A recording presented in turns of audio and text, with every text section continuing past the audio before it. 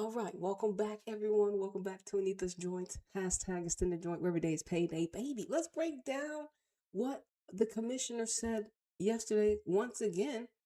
And the NWSL has exposed a blueprint for us. Like I said, we have been, tracking the energetic framework and infrastructure when it comes to the NWSL. And me myself personally, this year have not tapped into the league, and that's for a reason, because I do not agree with the cult ideology of the four C's: competition, compensation, club, and coaching. I don't agree with the coaching when it comes to my coach of Houston Dash. I feel like our coach is only got the job because he's married to a former player. So I feel like he has favoritism. What they call it, nepotism. Okay. And then also, like I said, I'm at a club. We were the first expansion team, Houston Dash. And like I said, y'all niggas ain't built us no stability out here in these streets. Once again, so we have a gatekeeping nepotism head coach. So that my club and coaching are both in the red, as you can tell. We had the money to pay Maria Sanchez $1.5 million, and we couldn't even get her to stay because of the lack of creative ability and talent around us, and the lack of wanting Houston's geographical location to grow. um and then, like I said, the competition, like I said, y'all are mediocre. So the competition is average. It's okay. It's like, wow. And you have a few archetypes like the Rodmans that actually put on a show for the collectives, and other diaspora like a Shadwinga, like a Barbara Banda, like a Marta, like a Bia, like a Dabinia, like a freaking like a Manaka. You have all these international currency over here. You know what I'm saying? So like I said, the competition is average. So yeah, I mean, listen, this is wicked. And like I said, listen, and even I forgot who asked that question. I guess we'll have to go over the video again and listen to it. But we're gonna read a little bit in the article once again. Well, this is a different article I found. Oh wait, hold on, what the fuck? I forgot to change the now playing. Now see, that's some bullshit. See, you change everything else but the what we playing? What we playing, man? We playing NWSL's a cult now? And we're breaking this down during the champ. Wait, no, I'm sorry. This is the title. Breaking down the white feminist force sees ideology. Like, why are they telling us about all this stuff? Why is it systematically structured in the way that they're telling us? And like I said, the independent collective that they believe that they call themselves, they believe, and we are, is the independent collective. It's like, who the fuck are those niggas? Like, is it the owner? Is the commissioner and the people? Is it the commissioner and the person that put that? Like, we have to look at the Atlanta nigga.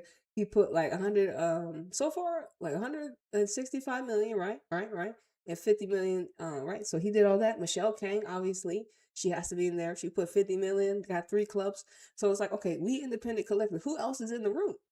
Because we in the room too, nigga. So we just trying to put names to the faces. You know what I'm saying? This bitch. You know what I'm saying? So like, you know what I mean? This and so I said this this lecture that she gave us was a well thought out plan. Like I said, like I don't know how they gonna say Trinity Rodman. I hope we'll be tapping in the scoreline when it comes to the Washington Spirit and Gotham game. And we gonna hold it down for Trinity in this bitch. She come out there with a W, you know what I'm saying? I don't know how the energetic I can't tap into that match. I'm sorry. I mean, y'all, best of luck with y'all with that energetic. I can't hear the spectacle. Like I said, it's just we haven't watched NWSL since when? I have no idea, bruh. It's been a minute. And it's not my fault. It's not my fault. It's not my fault at all. Like I said, their ecosystem that they have created, right? Like they tell us, their independent collective is sustainable. They got billionaires in the club, right? So they thinking, all right, well, okay, we gonna start getting more people with the billionaire status, so then we can just circle the money in between them, right? NFL, so they can have NFL like a pipeline. and they want to use it as a pipeline for the red pill the mom thing. You know what I'm saying? They make sure that mom emphasis. She emphasized mother culture in her. We'll listen to her. She emphasized mother culture in her speech to us. So she wants niggas to give birth. So you know what I'm saying? And like I said, we know that the international talent, like the Carolines, Barbara Bandas, they're welcome because they're safer because they're outsiders. And the domestic ones like Jaden Shaw's, the Yasmin Ryan's, it's like Yasmin Ryan, Jaden Shaw, like y'all, look, Margaret Purse, Jaden Shaw, Yasmin Ryan. This is all for y'all niggas. Listen, y'all, Coopers. Look, I don't know who's already full fledged. And like I said, that's why they're a lot younger, right? There's no elders. There's no elders in the league. It seems, doesn't it? Because they've groomed or they've pushed out all the elders. Yeah. So no one has different rhetoric, ideology in this whatever the 4C culture is, competition, all this stuff. You know what I'm saying? So it's deep, and so it's like we just putting out a warning sign like y'all niggas. There's not a coincidence that the USL Super League is here. So it's not like y'all can't like go to your neighbor club and sister. I'm sorry, yeah, neighbor sister club USL to like jump ship. So, but we're just warning you. Like I said, some of these archetypes, it's crazy. Like it's like wow, like really, this is what they turned the NWSL into. It's like this is what they want. And I'm like wow, so this is how they see. This is what they believe is sustainable for themselves, and like it's like I mean, it's very shallow. It's what I'm saying. It's like unauthentic. It's not it's artificial. You know what I'm saying. You know what I'm saying. We know that we have the ability to be the manifestors and to be creators of our reality. But damn, nigga, you like pushing everybody out. You know what I'm saying. So you like everyone's gone. Everyone will be gone. Like I said. And this is again how we, I guess, like look at our American team. When you think about it, a lot of our best girls are. Because I was thinking about it our USA Women's National Team, Trinity Robin, when it was our triple espressos, I think we even have Crystal Dunn with that. But once again, Catalina Macario, Alyssa Thompson, Germa, we're going to add Cooper, not Cooper, Lily Johannes. These are, remember, they're dual citizens too. So they are already not as immersed in the American culture. Thank God for them. Like that's honestly, it's that's the true blessing of being not really from America in that infrastructure. So you kind of like have something to really fall back on, unless you're like a Trinity Robin, where you're like, nigga, I can't escape. That's what she said when she's like, oh, I'm trapped, cough, cough, I'm trapped. Did you hear what Trinity Robin said when she said about how Jessica said she gonna fight for her? She said, "Oh, I was like I'm trapped" or some shit like that. We have to go back and look to see if that wording was correct. I don't know if that's what Robin had said or something like that. Anyways, that's why Robin needs to get the dub, and she understands. Listen, I mean, she's not gonna stay there for long. Like, but this is a cult, and Robin. I mean, Robin in a cult. I just don't see that happening. I just don't see that working out. I don't know about you.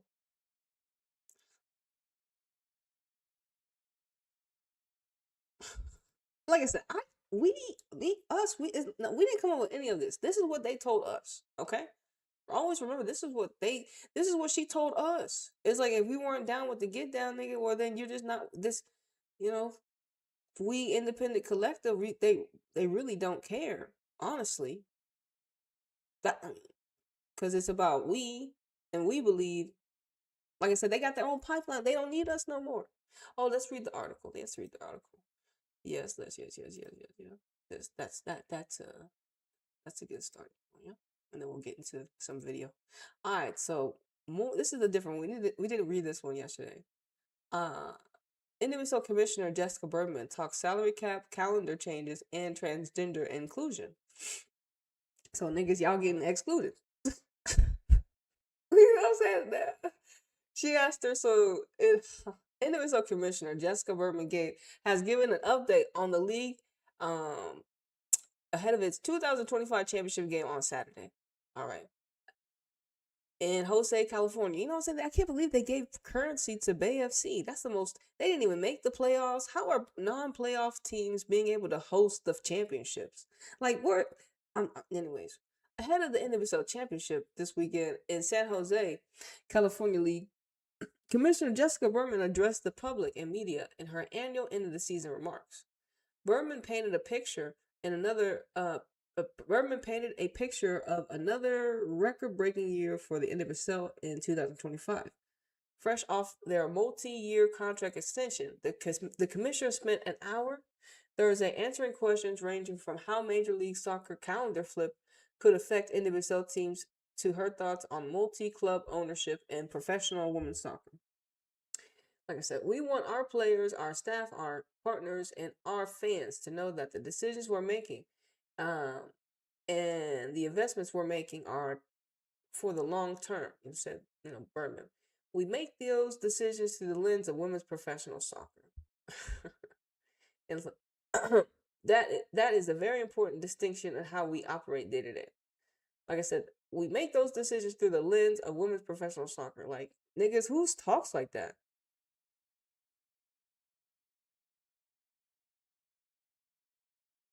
Like, but like I said, but think about it. It's like that's kind of just like a weird statement. We make those decisions through the lens of women's professional soccer. All right. That is that is a very important distinction in how we operate day to day. And then she says that is a very important distinction. But it's like, what type of women?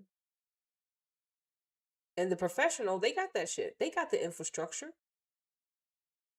They have the people with the money with the infrastructure. Professional.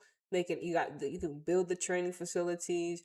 You can build this, you can build that. You got billionaires and millionaires on your board, all right? So y'all can do that professional. It can look nice. But here's the thing.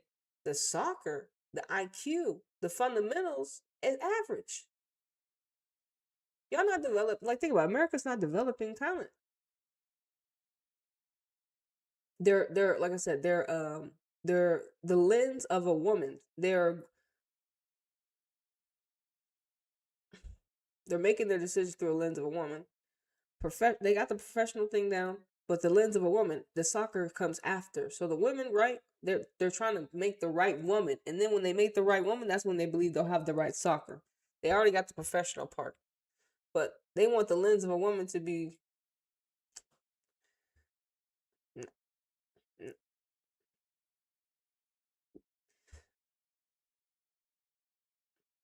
moms. That is a very important distinction how we operate day to day, and we think it gives us a really unique and compelling value. What is it? Provision? God, it's provision. Position? I always think it's like this is position. Position. What the fuck? Hold on. Let's Google. Let's see how we can say this word proper. You know what I'm saying? These English vocabulary, the English language is bastardized. What kind of language is this? It's fucking jibber jabber. Proposition. Proposition, nigga. The fuck? Anyways, proposition? Compelling value proposition. Like, it doesn't even look like a proposition, nigga.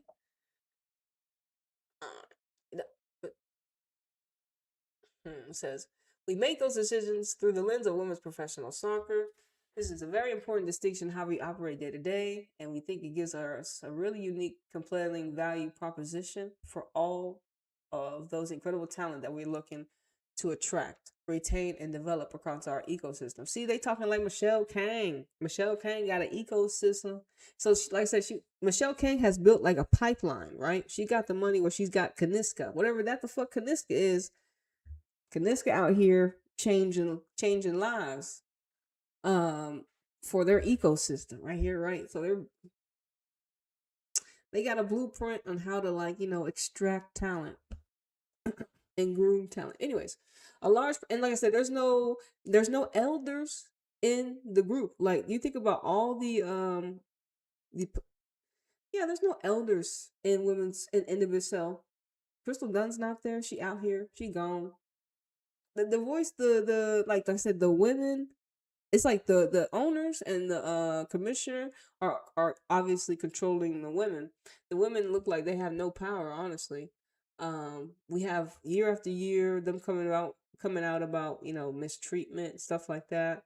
and then the league not doing nothing about it. So it's like, yeah, that's the cycle what's going on in the NWSL. So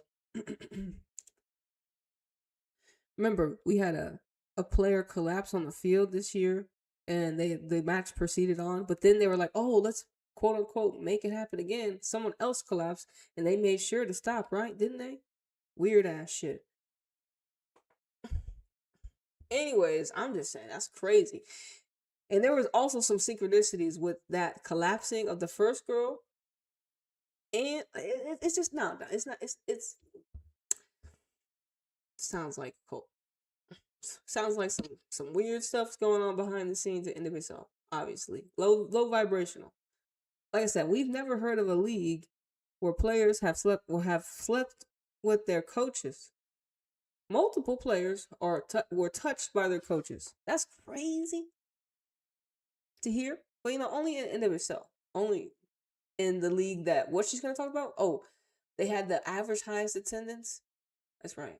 Yeah, some of y'all's team owners were fraud. Some of y'all's team's owners were on Epstein's list. They get crazy work. And himself, like I said, how many creations of women's leagues have there been in America? It just shows you how, like, there's always been some interference. They're built on a shaky foundation. And now NWSL now has been up for 10 years after seeing all the other leagues that were created in NWSL crash and burn. They have their right billionaires and millionaires to keep the money circulating. Michelle Kane can give them 50 million whenever they need it. You know what I'm saying? Type like that. And so then also, like I said, this doesn't work if you don't have the right women. You need younger, more susceptible, adaptable, groomable, younger women that you know what I'm saying? Like I said, I'm just saying average niggas. And that just want to have that regular life and be a mom and that is playing football, you know what I'm saying? And want to make, you know what I'm saying, that type of weirdness they got going on over there. So the 4 seed, and like I said, they want them like, it's really weird. They want them like to be the NFL wives type shit ass niggas. You know what I'm saying? And so it's the NFL and the NWSL coming together and creating something that a lot of people are excluded from. So we're just letting you know, nigga, if you didn't know. This is what they told us, pretty much. In plain sight, nigga. She told us too. She's like, if you just, this might not be the league for you. You know what I'm saying? But like I said, if you're into that shit, like, hey, look.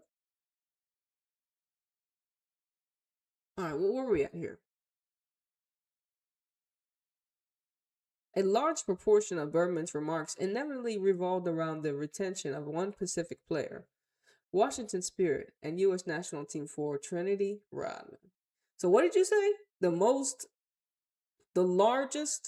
what is it? What did Big X to plug? Because I'm the biggest, the largest. So of course Rodman is the biggest currency in the room, obviously, due to Angel Reese's DC power with the enormous bid for Trinity Rodman to come play football. Not too far away, right? The same market. Remember, I had made a TikTok video, and I was reading the article, and I was like, we don't read into Angel Reese because someone dropped the article on Angel as well. So, yeah, Angel Reese's club, nigga, said we throw the bag at Trinity, and we want to know what y'all gonna do about it. We want to know what y'all gonna do. What can y'all do? And like I said, Robin on the verge of winning the championship right now. The scoreline, Robin score yet? I mean, I don't want to, put no pressure on her, but damn, way to go out, homie. Way to go out, homie. Let me tap in real quick. Let's see what's going on the end of itself. Let's see. Is she the end of itself? Here we go. Okay, they just started. Well done.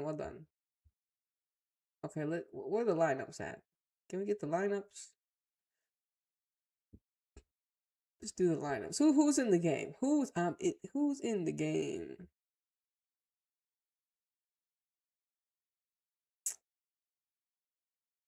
Okay, 47 minutes ago, I got Gotham. Let's see what Gotham looks like. Let's see. Juan Carlos, he's another Gemini. Them Geminis. Ain't they tricksters? They can't trust them all. He was a snake. Anyways, they got Ann Berger. Ann Berger, the German. Mandy Freeman. Nigga, Mandy Freeman, you was a free man, I guess, nigga. Emily Sonnet and Jess Carter. Man, poor Jess Carter. Alright, so then you got that Lily Rael. I heard she was ¿cómo se dice? Rookie of the year.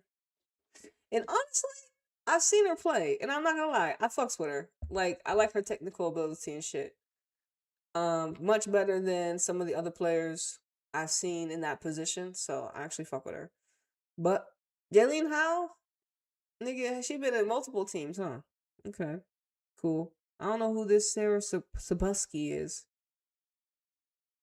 Who that?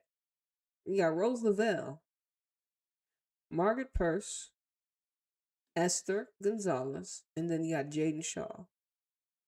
So you got Jaden Shaw, Esther Purse, Rose Lavelle. I mean, that's nice. I'm not gonna lie, that's nice. It's real nice. You got some speed, got creativity. Yeah, that's pretty nice. Defensively, anytime you see Sonic back there, I don't know. I'm unconvinced. You know what I'm saying? But that's just me. People might say, oh, but I think they front four are nice. Gotham, Purse. You got Purse was an MVP champion. Esther, World Cup champion. Obviously Rose Lavelle is Rose Lavelle. And Jaden Shaw, I think she was with the Olympic gold. She's a gold medalist. She's still, they paid her a lot of money to go play. I'm not surprised. They need archetypes like Jaden to help, stabilize certain things. So let's see Washington real quick. But I like the front four. I think that's great. Yeah. And that's another thing. Let's see. Where is Washington's lineup, homie? I know this should not be hard.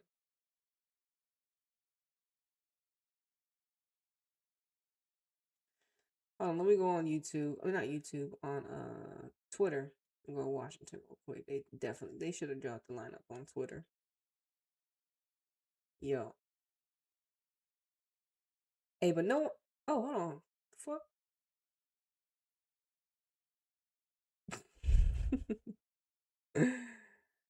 Oh my god.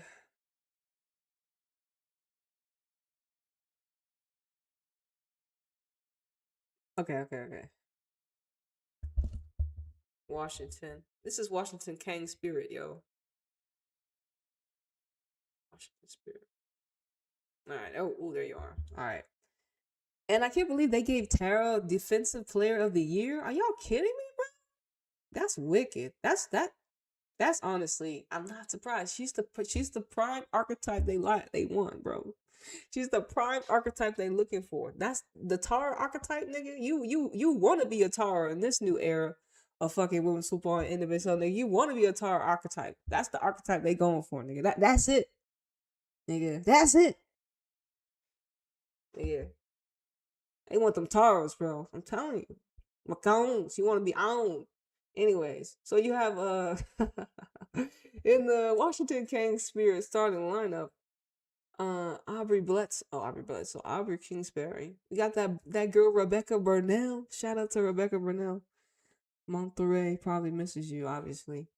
Kate Weisner. I don't really. Okay, Tara, of course. Rosamandi Cassie. She's definitely a diaspora. Where's she from though? Esme Morgan.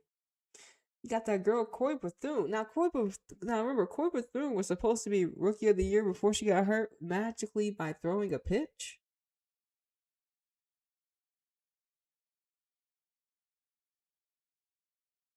Cap. Anyways, they struck her down real quick. Nigga, you doing all that extra shit? Sit down, nigga. What the fuck wrong with you? But you in the championship still. How you get hurt throwing a pitch?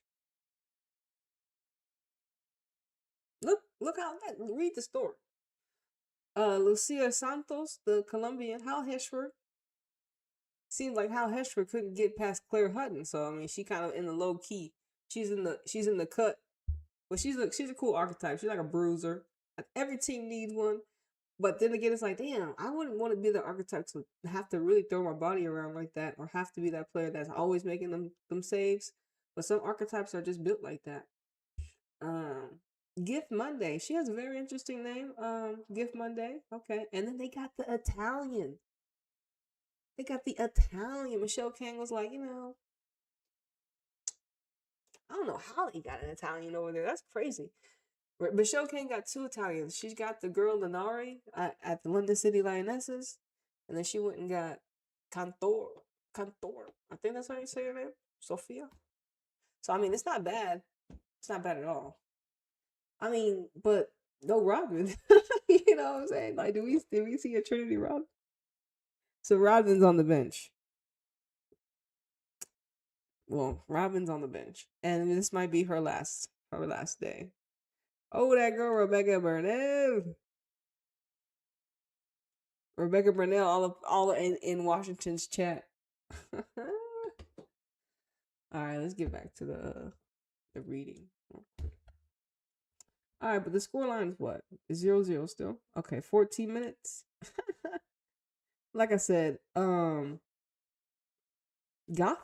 they have been manufacturing Gotham success since their existence. You know what I'm saying? So Gotham's able to win the CONCACAF Champions Cup. They already are NWSL champions. Now they're I think they won some other cup or whatever. Again, now they're in the championship again. They artificial Gotham.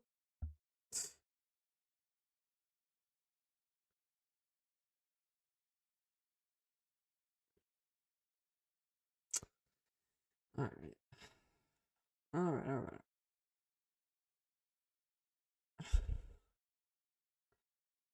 Wow. Let's keep watching the 4Cs.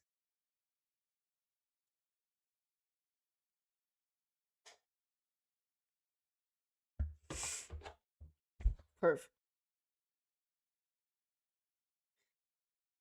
Oh, okay. Like I said, a large proportion of bourbons. Oh no.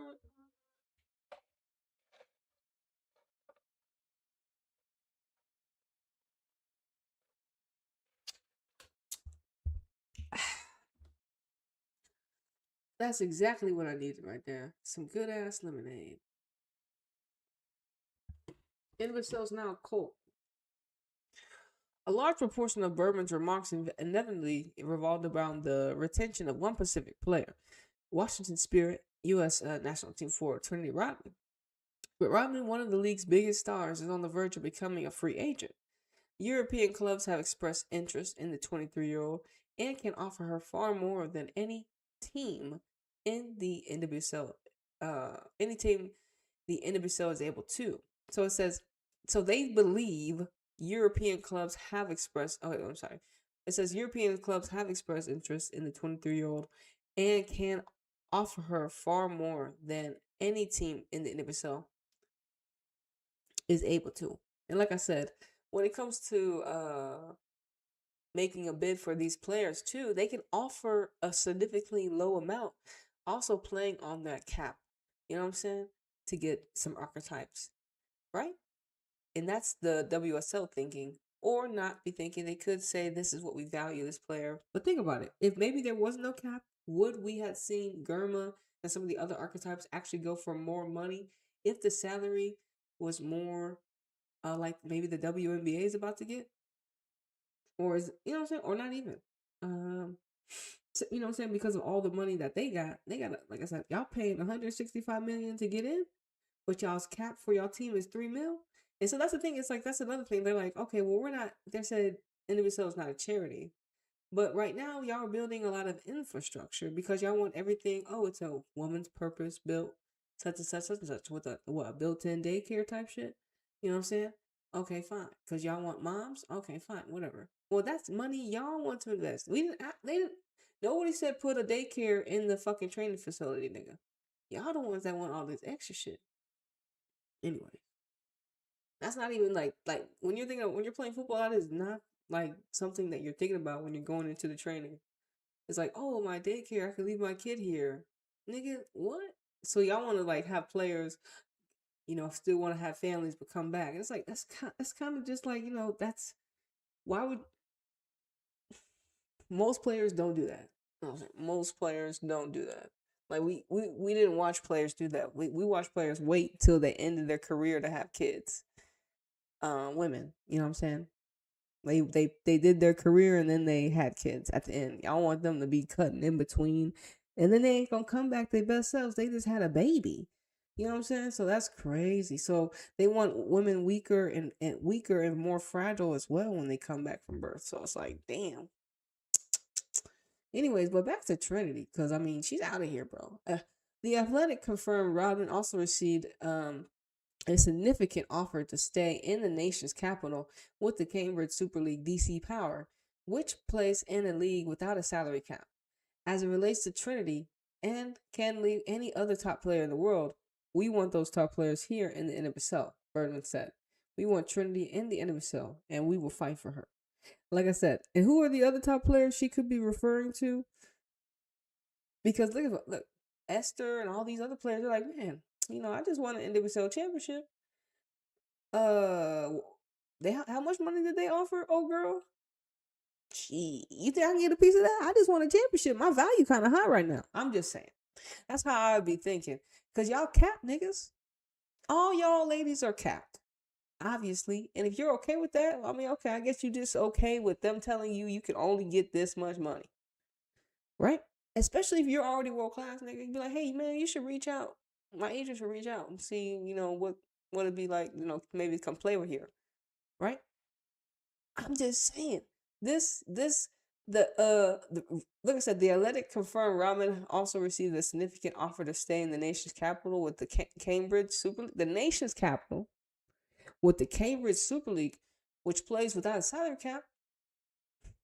A, a significant offer. They can't even tell us how much it is one that the NWSL can't match. It's something that they don't want the collective to be talking about. The super, listen, they with one contract, DC Power pretty much crippled the NWSL. Like ideology, rhetoric wise, they revealed their blueprint. I don't know if they were gonna reveal their blueprint with us. Today. Yesterday I didn't know she was going to reveal her plans today, but interesting photos they put in the article too. Michelle Kang is definitely a part of the ecosystem as the independent collective, and like I said, the wording and like why the fact that we know about the if I say independent collective, does it give it more power? Huh? As it relates to Trinity and candidly any other top player in the world, we want the top players here in the NWSL. Berman said, we want Trinity in the NWSL and we will fight for her. Of course, they want Trinity in the NWSL. Washington Kang Spirit. According to Berman, things in the NWSL are going well in her 4th year at the helm, right? But it's no secret that keeping Robin in the league would be good for business. Berman highlighting that steady attendance records around the NWSL with the league averaging more than 10,000 fans per game for a 3rd consecutive year, saying something she said was the highest of all women's professional sports leagues. And like I said, when it comes to that, Flex, I mean, like I said, they're selecting certain geographical locations with certain income levels where people have the ability to come out consistently every week and every week, like a tailgate, stuff like that, college stuff, you know what I'm saying? And it makes sense, but it makes sense, but like you don't have to push out everybody now that you have this working for you. Like now that you have what you think, so now they think after the 3rd year of consecutive 10,000 fans, they're like, okay, we don't need the Germas no more. We don't need the Trinity Rod. We don't need Trinity Rodman. We don't need Sophia Smith, Mal Swanson. We got Taras now. We got the, Jack is, we got the Taras from America, and then we got the diaspora, like the Barrabandas and the Shadwingas, and some other the girls that come over here. We have Jackie and Bernal from Mexico. You know what I'm saying? We're diverse. You know what I'm saying? So it's like it's crazy, bro. So like I said, Jackie Bernal, they just here for a little bit. They hear this. Look, they here to if you have if you're an Orlando Pride fan, or I guess a Washington King Spirit supporter, at least you got like some people to actually root for.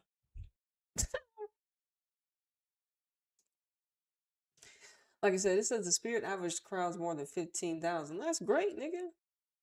I'm happy for the ladies. But it's like, what type of football are they being blessed with? Nigga, y'all crown Tara as the best defender. Are you kidding me? Are you kidding me? Are you kidding me? That is baffling, bro. I don't know how y'all do that stuff. See, she's not even that good, nigga. But no. Michelle King don't care, though. She let Leon sign fucking Corbin Albert. And she not even good. She would have never been in a long... think about it. 15 years when Leon was kicking ass, you think a Corbin Albert archetype would have been able to pull up there and be like, hey, guys, I'm here. No, they got these young pups. And think about it. Everyone's kind of in on it. Some teams are in on it. Like, think Manchester City, when I think about it, that's why Manchester City, Barcelona, Lyon actually with their elders. Lyon's elders are, of course, Wendy Renard, but they have now, obviously Diani Marie, Shadwiga, Bacha.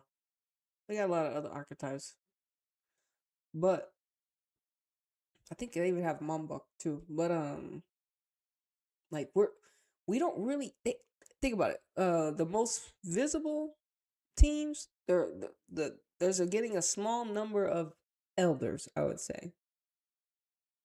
Some of the biggest teams you see, I'm not saying it, and maybe that's just, I think that, like I said, there's a small group. They're like, it's a small group still, women's football, obviously.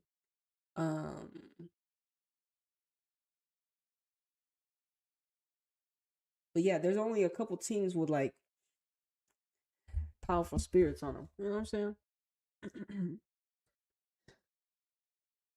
And then you see how they do them. You see how they do the Spains, and you see how they do the France. You see how how they did France? They made the captain get her hair pulled. See how they did Spain? They made Spain lose. So it's like, this is how the system reacts to the authentic feminine. And like I said, this is a distorted feminist movement. This is a cult. This is a feminist movement that NWSL is turned. Like I said, it wasn't like this. NWSL was inclusive, nigga. NWSL fuck with the trans. But now they telling y'all it's time to go, nigga. Didn't they remove something from y'all, nigga? They was like, no, nigga, we don't want y'all no more. That Barbara Banda stuff, people, and remember when we read that article about, I forgot what player wanted to know what's the difference between a woman and a woman with sprinkle due to Barbara Banda winning an award. See, the feminists, they're like, you know what, fuck it, I'm going on my platform and talking my shit, and I want to know, Commissioner. And she probably got a whole clan behind her. Look, so I'm telling you, the inside of the movement is already boiling on the outside. They already got members of the cult ready to, crash out. I'm just telling you. We already read from one of the cult members. I shouldn't say that. That's fucked up, huh? But she already talked about she wanted to know the difference, nigga. She had questions, and it got like over 1 million views on Twitter. We read it. It was all during Barbara Banda. Go watch that live stream. But yeah, man, that's crazy.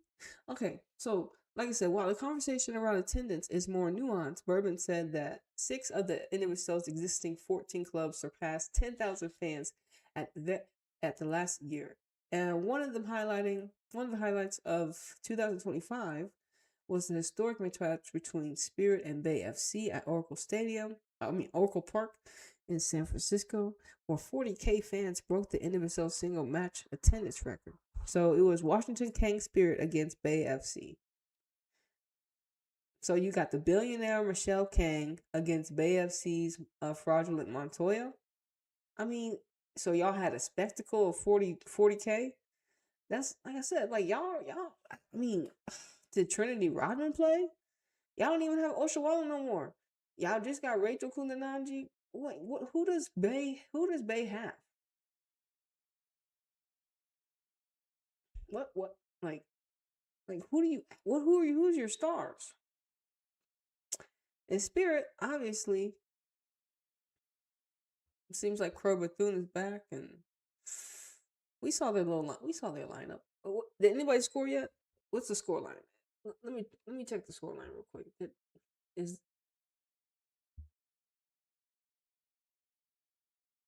okay. It's still 0-0. All right, hey, Robin is not even playing, bro.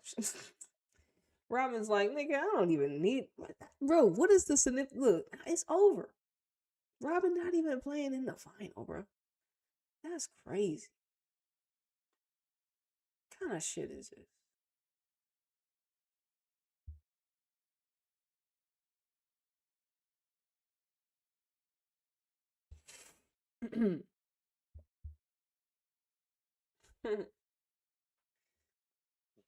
Like I was saying, while the conversation around attendance is more nuanced, Bergman said the 6 of the NWSL existing 14 clubs surpassed 10,000 fans at every home match this season, up from the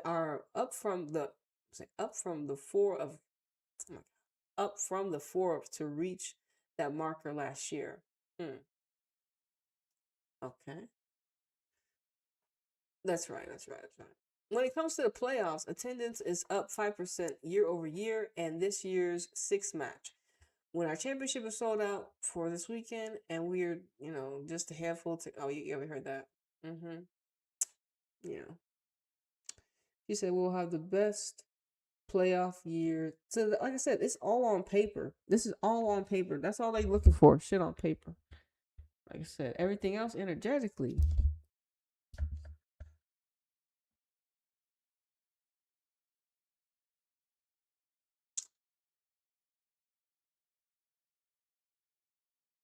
Oh fuck! I forgot we're not done.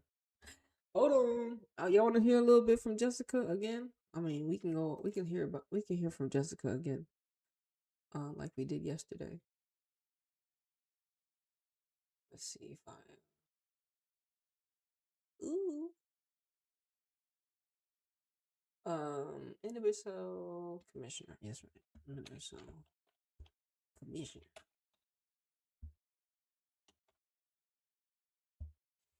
Yeah, we can look. The whole only got 161 views on YouTube. So I'm glad they recorded it though. It's good to hear the rhetoric out loud. Welcome, everyone.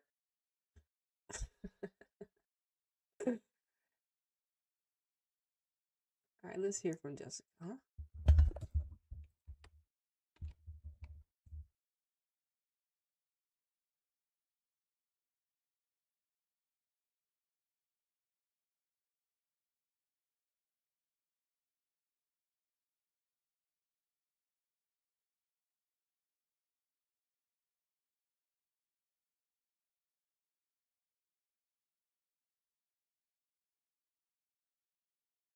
To the 2025 NWSL Championship.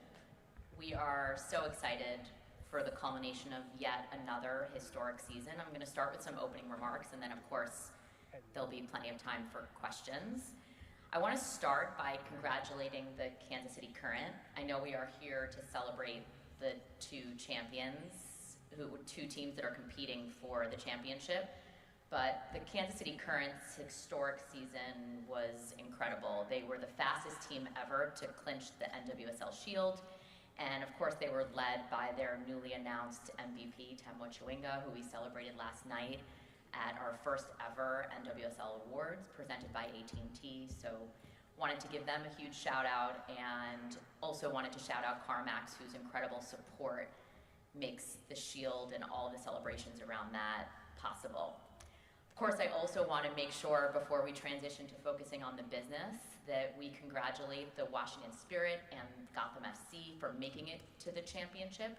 If ever we needed a reminder of the competitiveness of our league, top to bottom, we look no further than this year's playoffs, where 5 of 6 games went to extra time, PKs, or were decided in the final minutes.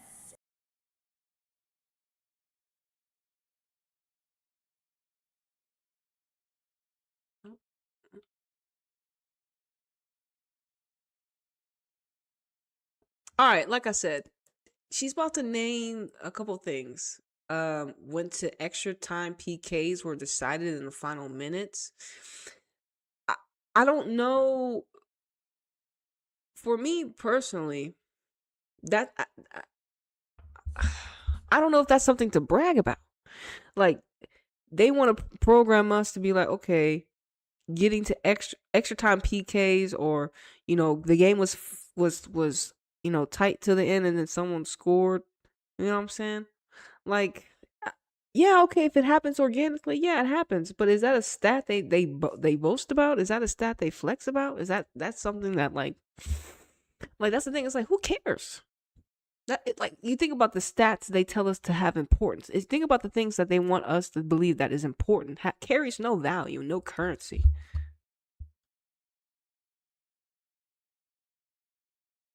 And we know that the competition on Saturday is going to be just as compelling, just as nail-biting, and we hope that everyone tunes in on primetime Saturday night on CBS, and want to thank Google Pixel for all of their support for the NWSL Championship. In thinking about this past season, I have some themes and observations I'd like to share with you all, and many of them are couched within our unique structure, where we operate as an independent collective, and we really believe, as I think you've heard me talk about in prior years, that is our superpower, and we want.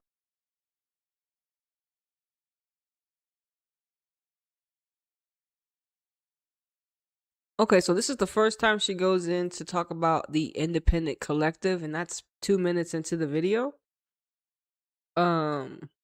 The independent collective is like Michelle Kang and like the owners. It has to be that they're the independent collective that can feed the ecosystem. The owners can feed the ecosystem and continue its pipeline. They can fund the infrastructure, whatever tweaks it may need after they build it fresh, clean. You know what I'm saying? So they're laying out the blueprint. She's gonna lay out the blueprint of how their independent collective operates as a superpower. And they have 4 C's that she'll tell you, nigga. She'll tell you. But yeah, I mean, 2 minutes in, they already talking about independent collective. Make sure that sticks. Our players, our staff, our partners, and our fans to know that the decisions we're making and the investments we're making are for the long term. We make those decisions through the lens of women's professional soccer, and that is a very important distinction in how we operate day to day, and we think give us a really unique and compelling value proposition for all of the incredible talent that we're looking to attract, retain, and develop across our ecosystem. So the first theme is about setting records and continued growth in.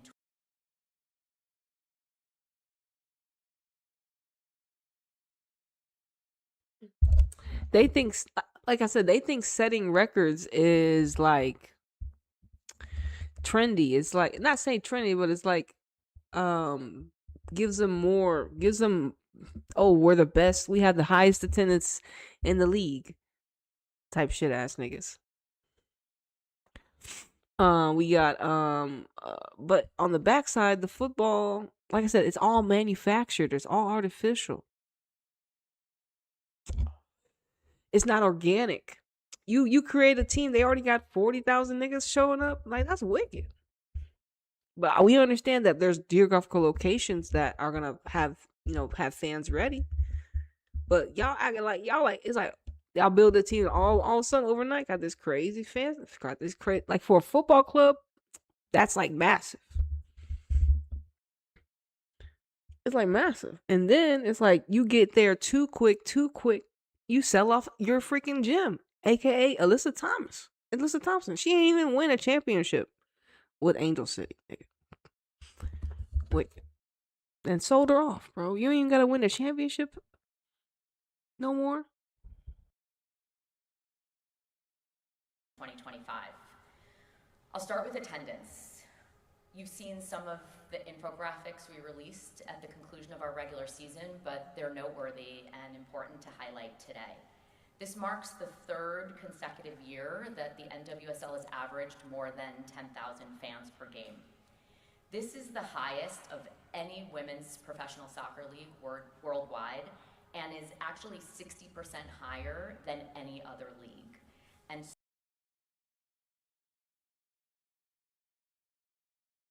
like I said, when you got millionaires and billionaires, like, hey, we'll pay 165 million to get in the league now, and we'll have like 15,000 niggas with us, because they all got, like I said, it's like it's starting to be like a cult, nigga. They got niggas in places. They going to Atlanta. They got a nigga over there. They going over here. We got a nigga over here, and they start planting their flags and they infrastructure.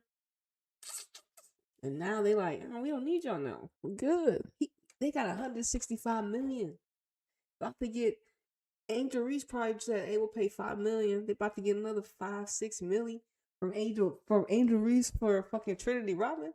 I tell you, I bet you NWSL take the money. I feel like they can't really do anything else. NWSL, they're like, you know what, fuck it. We're gonna take the money, nigga. We can make such and such. We'll fight for her. We'll see. If the money talk, I bet you the bullshit gonna walk. And if itself didn't let go of Trinity Rodman for that right cash. I'm telling you, Rodman, she's not even playing right now, boy. She's not. Is Trinity Rodman on the football field right now for the NWSL Championship?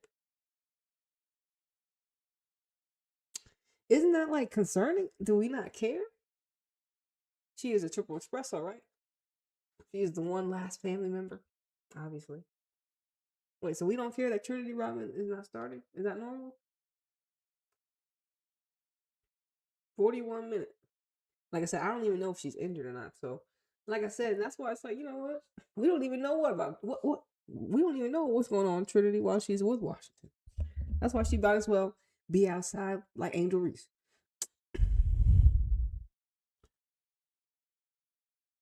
so we look at that, we track that. We're tracking it not just in the aggregate, where we surpassed 1.94 million fans coming through our turnstiles, but also on a club-by-club basis. And 6 of the NWSL clubs that competed in this league surpassed 10,000 attendance for every home match this season. That's up from 4 in the 2024 season, and we think that's really important. We really believe in that best-in-class standard and that consistency that we can offer across our league. And again,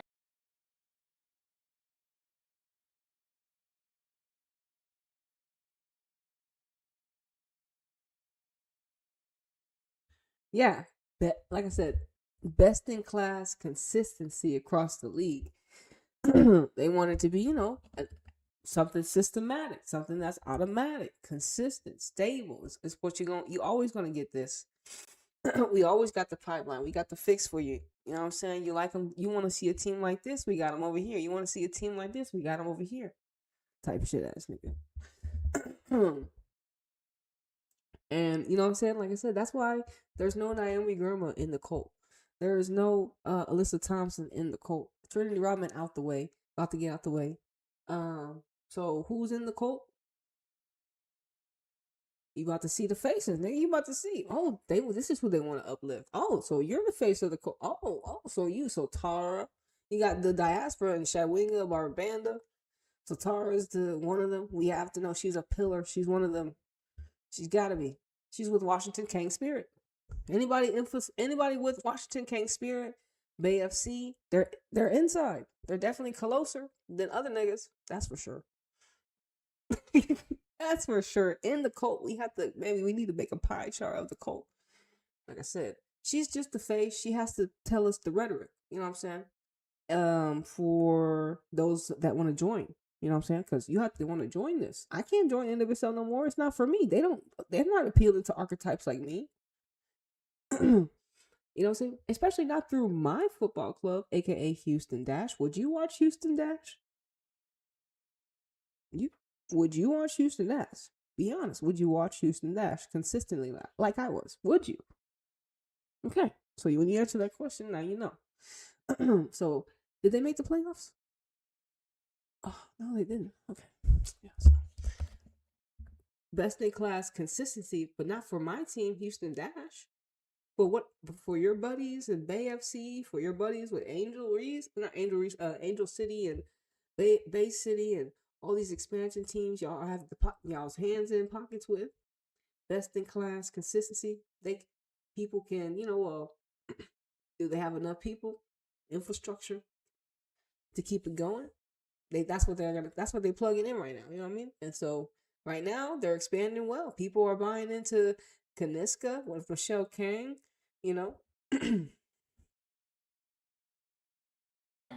This is all because of the fact that we are an independent collective, that we think about the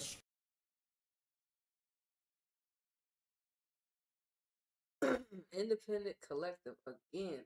It's like we're at timestamp 351. So she said at 206, 351. The independent collective, like I said, is the one that has the money, that's making the money go round. Michelle Kane definitely has to be involved. The independent collective. Who is the independent collective? Like, but actually though, it's not. Is she saying us? Are we the independent collective? Like, do y'all know why is she telling us about the independent collective like this? So there's a cult in the cult.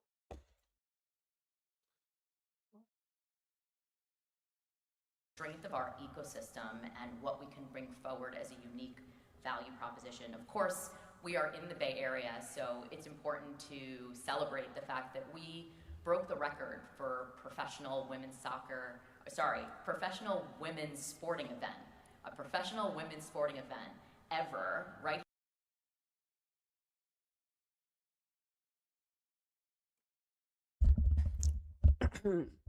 Like I said, the commissioner is doing an awful job. Like when you listen to the WNBA commissioner and then did the WNBA commissioner sound like her? Talk about independent collective. I think the WNBA commissioner was getting called out. She was getting asked, "Did you say that about Caitlin Clark, commissioner?" You know what I'm saying, nigga? She said, "I did not say that about Kate." What'd she say? You know what I'm saying? There was no heat on the WNBA commissioner. I mean, there was heat on her. She was having daggers at her. But in women's football over here, there it is. The ladies are just letting the board and them do whatever they want with their league, with their league, and all they say they want. She's gonna tell us she's gonna tell us who she's talking to when she talks to the players on the teams, and this is the rhetoric and the narrative that they want. And being a mom is included in this rhetoric, which is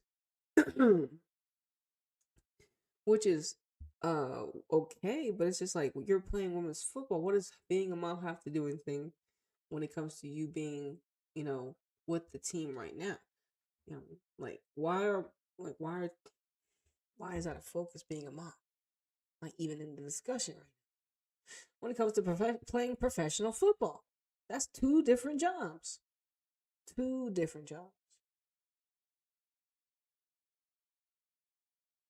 here in the Bay Area at Oracle Park, where we had 41,000 fans there, and I was here personally, and it was incredible, and we expect that same energy to be in the building this Saturday night.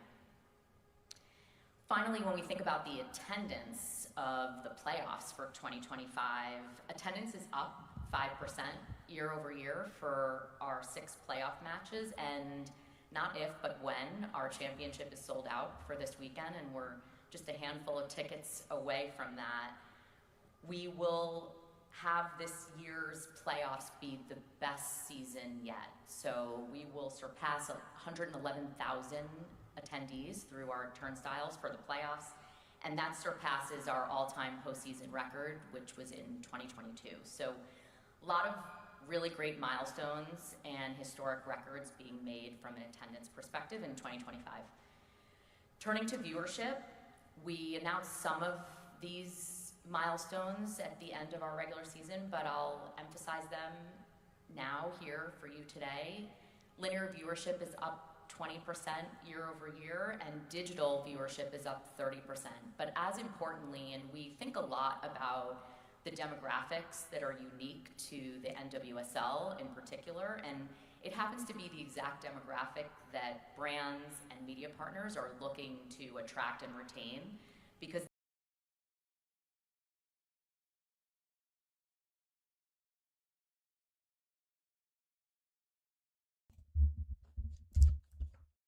Yeah, and like she said, based on the demographics of the viewers, who are the main NWSL watchers? I know it's not my archetype, so you can already check me off. Who else? You start do the picking. You start doing you start to identify the archetypes that are the default demographic that tap into the NWSL. Y'all niggas are the most susceptible. Obviously, it's obviously her. It's obviously them niggas. It's people that look like her. Y'all niggas are the most susceptible. Y'all niggas will fall for anything. You goofs. By default, nigga, y'all are followers. And y'all didn't follow yourself behind behind. They didn't made the NWSL cult. Y'all didn't follow up behind the cult. They didn't made them. Listen. Okay, you don't believe? Okay. Just wait till she talks about the 4 C's.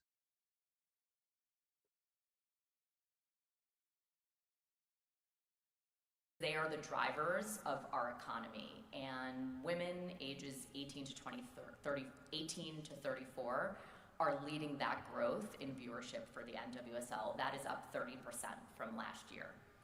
And for the playoffs, through the quarters and semifinals, we are up 5% in viewership, averaging 436,000 per game, and that's across the 6 matches of our 2025 playoffs. Turning to sponsorship, the lead commercial sponsorship business is up 44% over the 2024 season. And I believe the press release went out just as I started my press conference. We announced a new sponsor in Yeti. Yeti is going to be the league's official cooler and drinkware partner. And this multi-year deal will see Yeti branded colors and coolers and dispensers and reusable drinkware featured across all matches and major.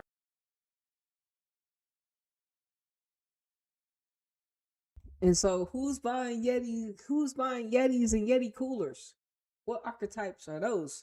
You got a Yeti cup at your crib? And do you have a cooler?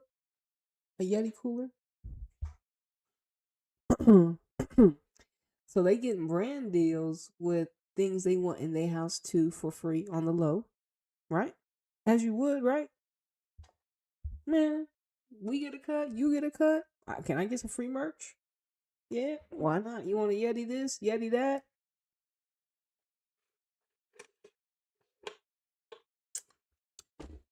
All mayor didn't what? Another geographical location, tariffed and everything, but whatever. Right? Okay. Yeti. So they bragging about another sponsor, more money they're making, but the player's salary cap is 3.3. Yeah. The salary cap is 3.3 million, but they just got a sponsorship. Man, the top dogs is eating, huh? Events, and I believe maybe right here on my table. And they'll be enhancing the hydration support for athletes and helping us to elevate the playing environment across our matches.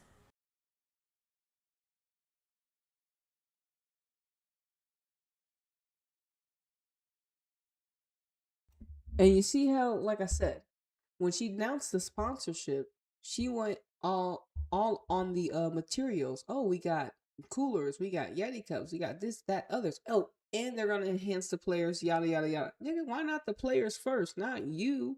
As the like I say, you think the players are not thinking about getting Yeti cups. They're thinking about what is Yeti gonna do to help them. What is Yeti's profit? How does Yeti help women's football? What can they provide the women for the game? Not coolers and sweatshirts and hoodies. But that's where the money is, because that's what y'all niggas buy. Y'all buy anything. Y'all got the money for it. I got the currency for it. Y'all always gonna buy the next jersey for next season. And y'all got the best first in class consistency. That's how y'all been programmed. So that's how the NFL. Well, that's how they're making the NFL. They're making the NWSL the NFL cult. So they like their demographic. They said the 18 to 34. They want that group, and they want them to be in this. But like I said, it's gonna be y'all archetypes. It's gonna be y'all archetypes. The Tars. It's gonna be y'all people. Emily Sonnets. It's gonna be y'all. Not the Rodmans.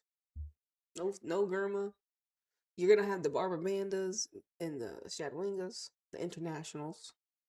They don't really, they're fast. You can't catch them. They're amazing. And y'all are okay with that. Y'all are okay with that. It seems, like I said, warning. This is for those that, don't know they're in a cult.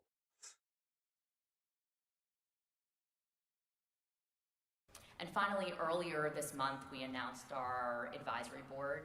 This was a brainchild of mine for several seasons and really came to me organically in thinking about the authenticity of how many influencers and celebrities and athletes are already investors across our ecosystem. In fact, when you look across all of our clubs, each and every team has someone of that caliber who already has skin in the game and is incentive aligned to help us drive the growth of this league. And the idea here was, because of how we think of ourselves as an emerging challenger property, there was an opportunity to bring those people closer to the league and allow us to get their information, buy-in, ideas about how we can drive the growth of the NWSL. And so we're really excited to have them involved, and I'm sure you've seen some of their names, the likes of Magic Johnson, Eli Manning, and Grant Hill, Alex Morgan, Elizabeth Banks, and many others. And we're excited to actually officially bring them together at the start of the 2026 season. The second official, Morgan, Elizabeth Banks, and many others. And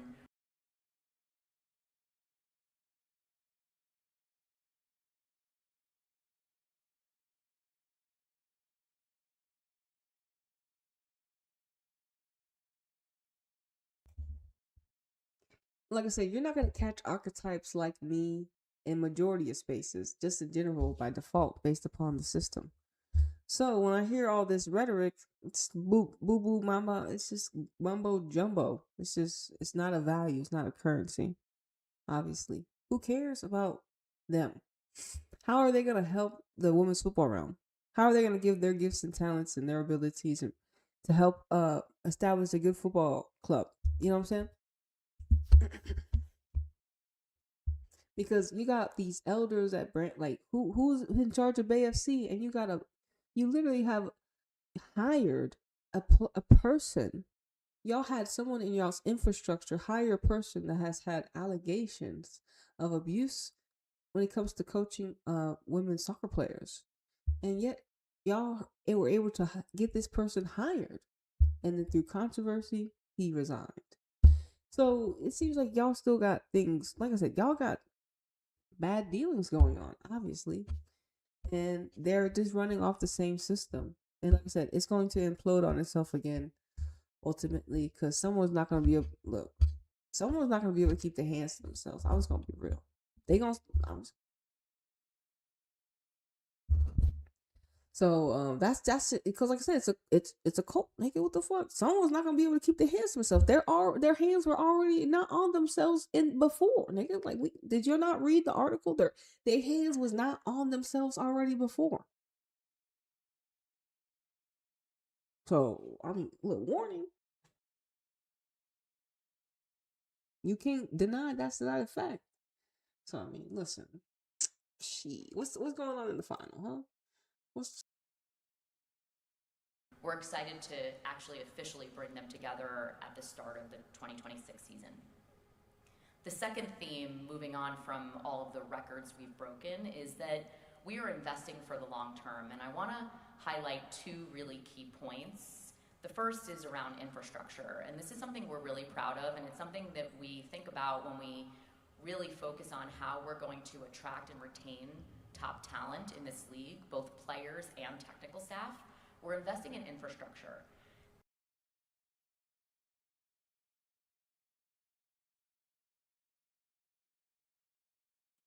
Obviously, infrastructure is one pillar, and you need people that can make.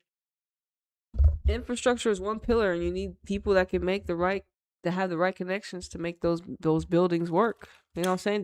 Those moves happens. You need billionaires like Michelle Kang, nigga. You need that currency, especially in women's football. Michelle Kang literally had to buy 3 football clubs and donate $50 million to NWSL and then have already be working on Kaniska, but she's like a medical science lady or whatever. So and she's a Gemini, so she's a crazy genius. Ain't no telling what she got him on right now. She's the head. This is all Michelle Kang talking. Y'all think the independent collective? God damn, that's that Gemini, bro. I'm telling you, Michelle Kang a billionaire. She a Gemini. Is she married? I don't think she married. But Michelle Kang is a billionaire Gemini archetype out here with 3 football clubs, donating millions of dollars to U.S. soccer. Nigga. Talk about, we got an independent collective, nigga. What the fuck they talking about? This is an independent collective. And you know how I talk about this is a collective? No, they're like, well, we're independent of that collective, nigga. We don't think like how y'all think. So it's like, okay, so y'all are a cult? Okay. So they excluded themselves from the collective because they're independent from the collective. So they independently excluded themselves from the collective. So therefore, you're a cult. So you're not a part of the collective no more? They're like, nah, we don't need y'all niggas. So y'all, cause they said it. That's their superpower. That's their superpower. If we stay independently a collective, that's our superpower. They can't fuck with us. We got the infrastructure. We have all the platforms, the plugs. These niggas can't do shit. Well, okay. And that's why, hey, look, that's how they thinking, nigga. That's how they're thinking. They think like that's not our fault. That's just their ideology. This is all their ideology. This is not how we are as humans. This is their ideology. We are just observing it play out in 4K. And those that stay in the cult, we already warned you to get out the cult. Okay? Look, Germa already gone. Alyssa Thompson gone. Who's really still? Mallory Swanson is pregnant. Sophia Smith pregnant. Look at the melanated archetypes. They're not really there. They only got Yasmin Ryan, Jaden Shaw, and then you got Diaspora. There's not too many melanated girls actually in the league. So you don't think that's not a reason? You don't think there's not a guy was like, y'all need to get up out of here. Y'all are starting to be unwanted. Y'all starting to be unwanted. They making plans behind y'all's back. And when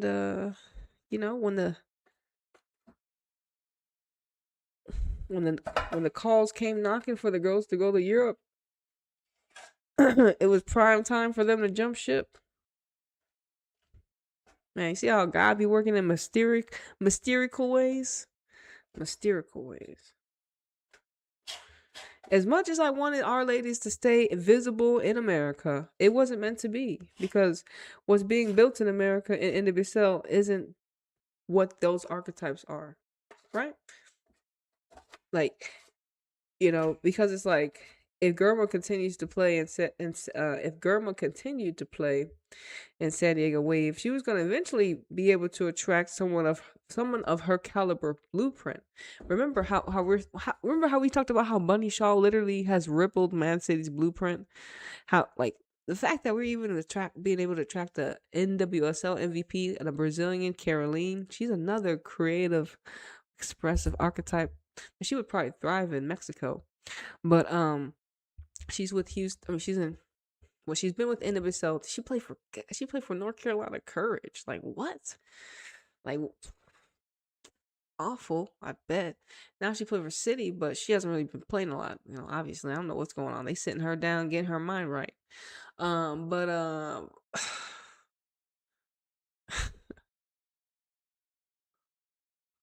their infrastructure, they got it all. Look, when you have billionaires, nigga, on your team, nigga, what can not you do, nigga? Out here, outside, nigga, what can not you make move, nigga? And it's not just one. We know for sure they have one billionaire. I don't know what everybody else's status is, but I know for sure they got one. That's for sure. And she got 3 football clubs. I know that for sure. Look, so that's all I gotta say. That's really all I gotta say. And she's a Gemini. And I would be doing some mad things with this type of currency. Mad work. Anyways, so let's hear what she's gonna say about the independent collective. And she says infrastructure is something that is vital, obviously. But let's hear them talk about it, right? Obviously. Anybody score in the NWSL Championship? Anybody? Trinity Rodman come on the field? That infrastructure, particularly around training facilities, is so important. Yes, the stadiums are important. That's where our players play their games. But where the players train every single day is the most important thing to them. That's what we hear from our players. And we are really proud that just in the last few seasons, more than half of the league either has or is in the process of building a purpose-built, dedicated training facility for our athletes. We are the only league in the world where that is true, and that is incredibly important to us as we think about the holistic picture of how we're going to attract, retain, and develop top talent. Secondly, as we think about the long term, we have to call out our efforts to continue to drive the growth through expansion. And we announced most recently that Atlanta is going to be joining the league in 2028 as Team 17. That's important not just because we know that that ownership group is top tier and that the market will help us to really fill out the geographic footprint of the fandom that we can bring together and elevate on a national level, but also knowing that U.S. Soccer has planted their roots in Atlanta, that it will help us to build more connectivity to the U.S. Women's National Team and to U.S. Soccer, where, of course, I sit on the board as commissioner of this league. The third and final theme is around our athletes and our product. We talk about the league being the best league in the world, and I often get questions from media and others about how do we think about that, how do we measure that, how do we know that we are making strides and competing to be the best league in the world. And I thought I would share a couple of data points that we think are really important. I'm sure people are familiar with Opta Power Rankings, and most recently, NWSL is ranked #1 in the Opta Power Rankings in terms of the league's overall strength. And NWSL clubs comprise nearly half of the world's top 20 teams. What that means is that our teams, top to bottom, 1st to 14th, rank among nearly half of the world's top 20 teams. And in short, what that means is that there are teams in other leagues that could compete in our league, but there are no leagues that could compete with our league. And again, this is the theme that I wanted to share in this year's State of the League, which is that our superpower is really that we operate as an independent collective, and we think about the consistency that we can offer to our players, to our staff, to our partners, to our fans in each and every market as being the linchpin of the differentiator for the NWSL in what we know is a global labor market for talent.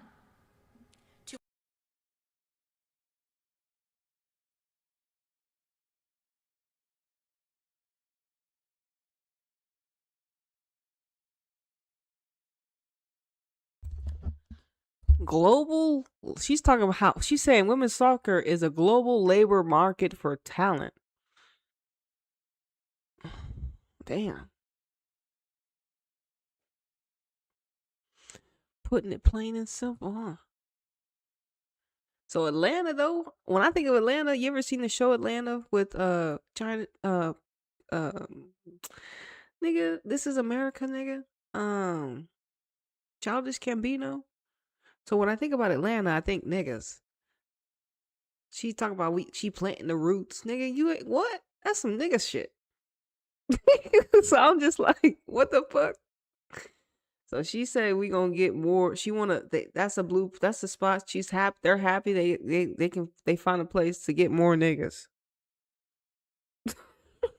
Atlanta. So the nigga paid 165 million for a football club. And then put 50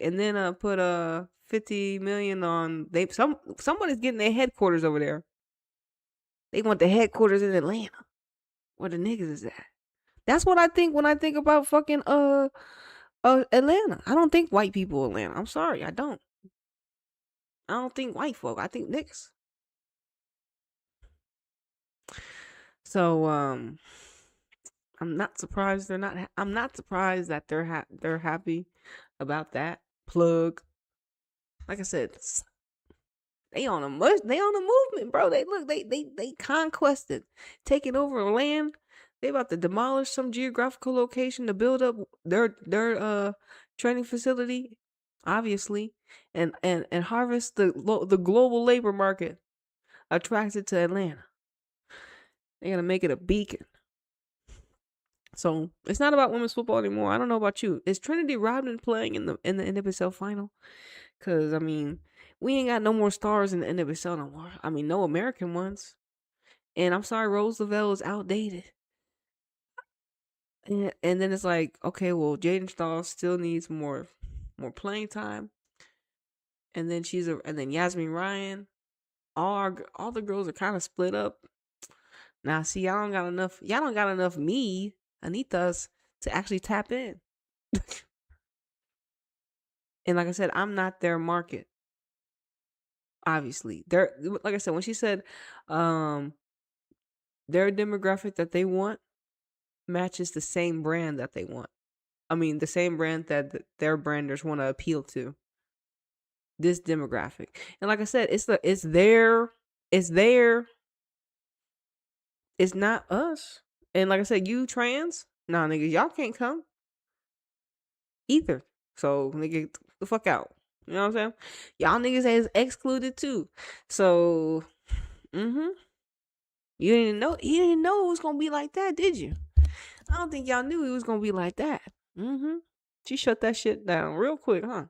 You ain't know it was gonna be like I didn't even know like that. I didn't know it was just gonna go 360. Two other quick points as it relates to our players and where they come from. Important to note our progress in really redefining our league, not as a domestic league, but a global league. That was readily apparent last night at the NWSL Awards. If you look at the finalists for all of the key awards, if you look at who won all of our key awards, global talent is thriving in the NWSL. In 2013, the first NWSL Championship had 8 international players. We now have 19 international players hailing from 14 different countries. And across the NWSL, I actually learned this last night in Jordan Angeli's speech, and we went back and checked it. We actually have players from 43 countries competing in the NWSL. None of this is an accident. We have deployed a presence globally through our work with federations, confederations, as well as through our international media distribution. Importantly, we have actually prioritized putting our games in countries all around the world. And for the 2025 season, NWSL games were available in 164 countries, reaching 407 million households internationally, and that's excluding the US. This reflects a 53% year-over-year increase in international reach, and that's really important because if you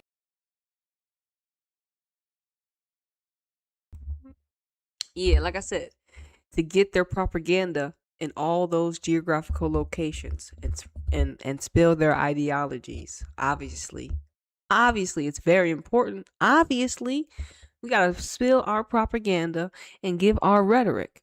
Obviously, for those that don't understand, that's what she said. You gotta have propaganda, but you need to be in places where you're getting these girls from. You know what I'm saying? You need to put them. You need to give them visibility.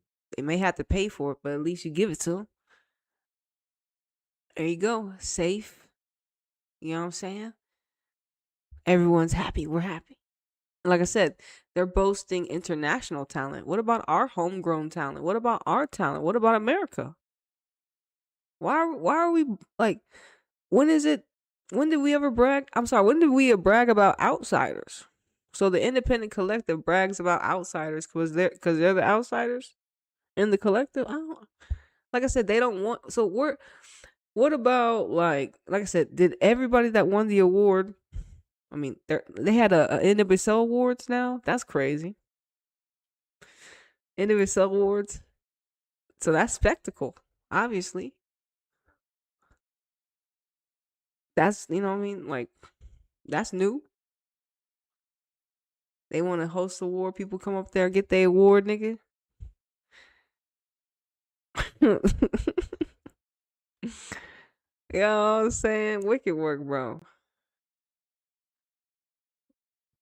If you're not down with the get down, you better get out.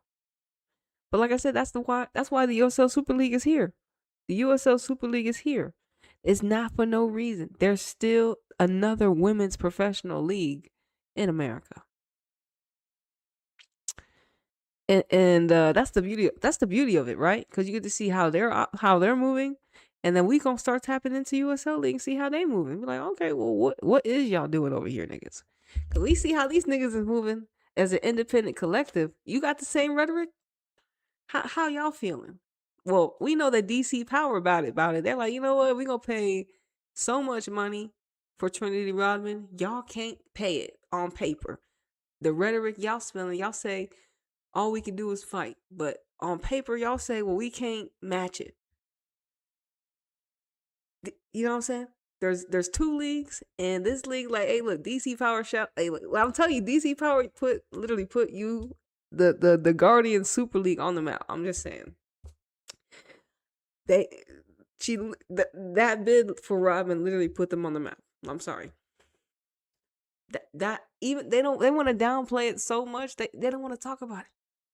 They don't want to talk about how that's an energetic, like an uppercut to these niggas. Like, we punched you in the face. And Rodman, they said, Rodman, you stay in the same market. You ain't really going nowhere. You stay in the same market. I mean, I don't know if that's like, is that like crazy, nigga, or not? Isn't it not like so crazy? But I don't know. Maybe we're just watching a made up movie. I don't know. Maybe this is not real life. Maybe this is all a dream. So, you know, they already sold Alyssa Thompson. They already sold Gurma. And I'm just thinking about, you know, Gurma's black. Alyssa's black. Well, Rodman black. You just sell her too, right? Right. That's is it logical? That's kind of for Anita to think like that, right? Isn't that logical? Come on now. Like, are you mad at me for thinking like that? Are you mad at me for thinking like that? And then all of a sudden, I hear they say, you know, they say, "Hey, you want to fight for Rodman? What do you mean you want to fight for Rodman?" You know what I'm saying? I'm just like, you know what I'm saying? Think about it. Like, if you're in my shoes, like, well, they just those niggas. For real though. I mean, like you can't get mad at a nigga for thinking, well, they're gonna sell Rodman. You know what I'm saying? So why not? They're like, well, it has to be Europe. It has to be Europe. What do you mean it has to be Europe, nigga? Europe said they ain't gonna bid What they bid, literally, because that's why y'all ain't even say nothing. If England was like, yeah, we'll bid that much for her, y'all would have said something. Y'all, you know what I'm saying? Everybody is hush hush on everything. Like it's like, and Rodman not even playing in the playoffs. Is she in the game? Has Trinity Rodman even stepped on the NWSL field tonight in the NWSL Championship? I hope so. I mean, damn, that would suck for y'all not to see Rodman no more. This is it. You know what I mean? Like I'm not even gonna play. You know what I'm saying? That's crazy. But I hope she does play, win a championship. But the fact that she didn't start, like I said, I don't know if she's off an injury. That sucks. But I'm just thinking, I'm like, that's crazy. So Rodman's not. They got different stars. They got, hey, look. I don't even know. Like I saw the lineup. I like the lineup for Gotham. I like the front four. No Rodman for Washington. It's a downgrade. I'm sorry. It's not a team that I can get behind. Even though they have Brunel and others, but I'm like, come on now. Rodman is an X factor. She's gonna bring opportunities to create a goal. Like, is she not? Is she not gonna neutralize at least one of Gotham's weapons? Like, come on now. She's not gonna challenge Sonnet or Jess Carter or what's her name, Mandy Freeman. You say Rodman's not gonna be able to do that? You know what I'm saying? So it's like,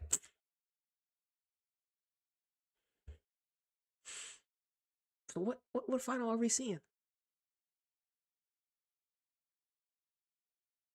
You're a top player in another country and you're hearing about the NWSL and you want to learn more, we want to make sure that they know and understand our product, that they can see that when they come to compete in the NWSL, that they're going to get full stadiums, they're going to get an incredibly high quality product, and that the top players in the world are competing here.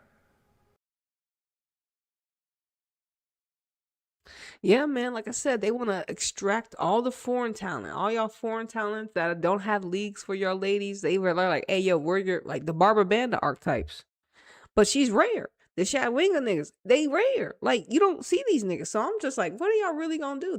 I don't really see their vision in this artificial construct they have created in their independent collective. I just don't see where the vision, nigga. I don't see it.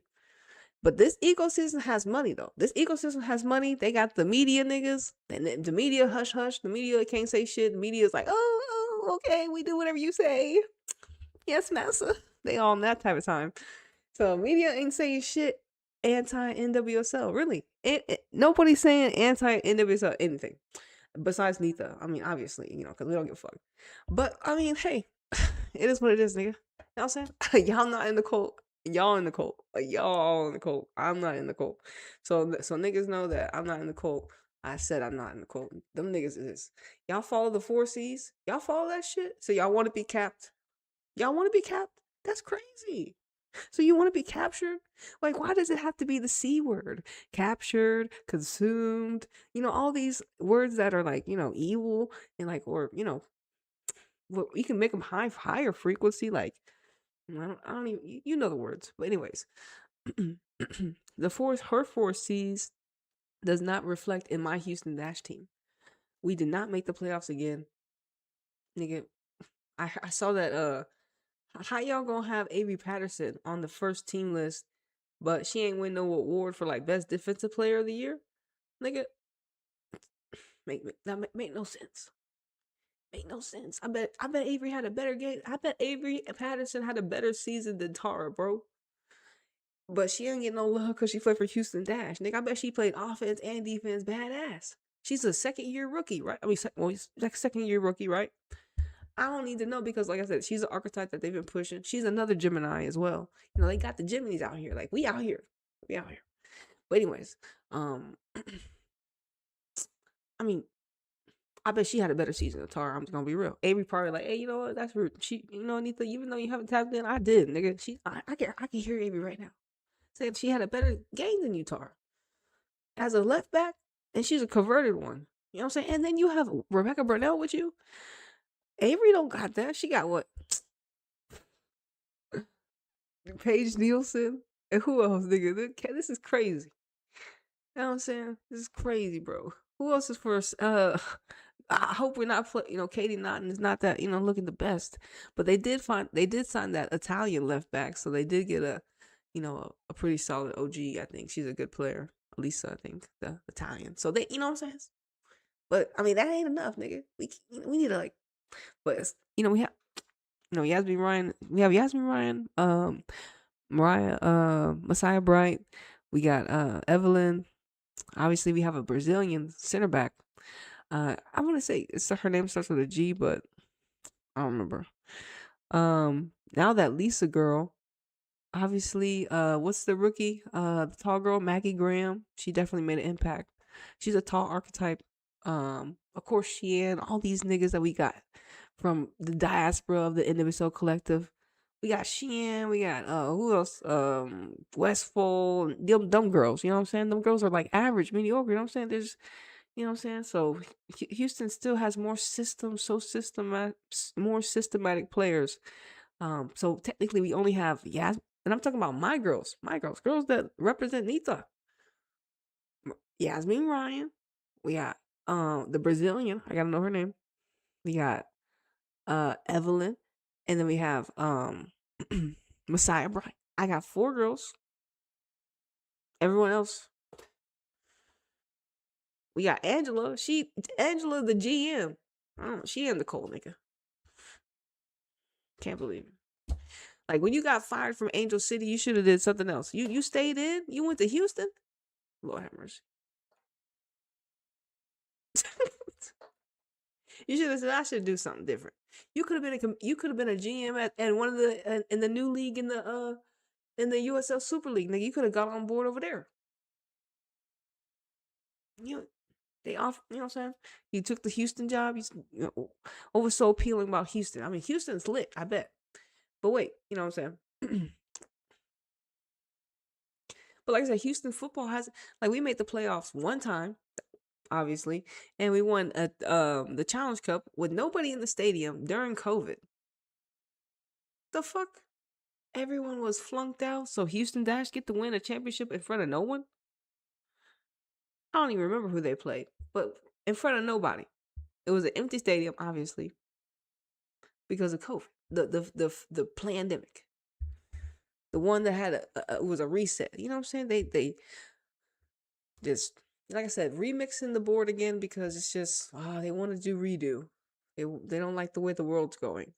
Let's remix the world, but let's do it in a more diabolical way this time. You know what I'm saying? Fuck them, these niggas. Anyways, but the independent collective here, they figured out, you're like, hey, look, we'll put the propaganda everywhere. They're gonna see a certain model. They're gonna see the infrastructure. They see training grounds, and it's like, but America, that's all a lie. It's all illusion. That's like everything they're showing. I guess they would say the diaspora, the global labor, market that they could describe it as, the global labor market. Like, damn, nigga, like that's how you think about the other players. Their labor markets. Like they think of y'all as labor markets. That's isn't that like weird? Like, isn't that weird ideology to say, oh, the global labor market? She said that. Okay, but look, y'all believe that shit. Okay. But like, they're the main ones that create these things because they're so inside themselves. Like, they're not outside. They don't see niggas. You know what I'm saying? And the niggas they see are diaspora. They don't, you know what I'm saying? That's why it's like Rodman's different, Val Swanson different, Sophia Smith different. Casey Kruger, you still there? Crystal Dunn not there? I'm looking at my players. Our girls. Got one of them collapsing. I think one of them just got called up. Most of them. And so that means like Germa's overseas, Macario, Lily, Alyssa. Who else we got overseas? I said Crystal will be overseas too. I'm trying to figure out, but mainly on Chelsea's team with the caretaker, which is not no better. None of our girls are free in that way. So you see how they have us entangled? You see how it mirrors?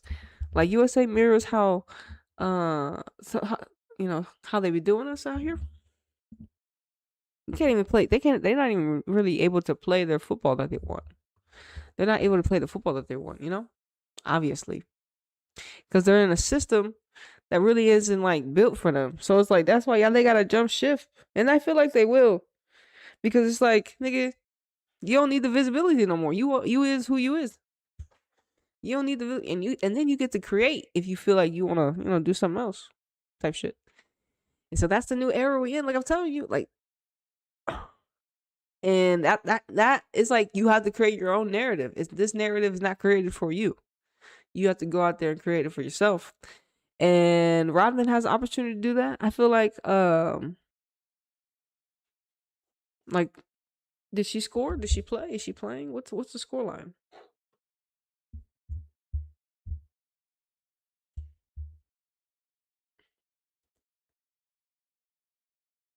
Okay, it's 70 minutes. Still no goal. What the hell? Did any changes happen? So they're still 0-0? Goodness. So it's like definitely an energy. Like, did anybody like get almost close, nigga? Like, was there a penalty shout? Was there a penalty shout or anything? Nothing? Shit. Man, 0-0. Come on now. I thought at least it'd be like maybe like 1-1. Come on. Like, who wants a championship with like one or two goals? Like, give you 3 at best. Come on now. They crazy for that.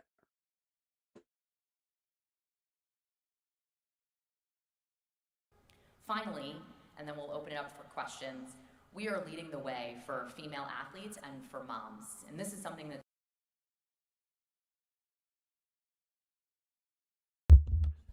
Wait, so we're leading the way for female athletes and moms? Like, what is that? Like, what is that? Is that normal? Is that normal to say? As a women's football commissioner, like you're leading the way for female athletes and girls around the world to have a perfect product. But why moms? Like mom is so specific. And it's a different timeline. It's a timeline in the future where it's like where you have to give birth to kids and raise them and teach them. And so what kind of rhetoric is this? What? And then she gonna open up for questions, but it's like, why is that? So trans can't have kids, so that y'all not involved. That's why. And we definitely don't want nigga babies. You know what I'm saying? So it's like, unless they working, you know what I mean? So it's like,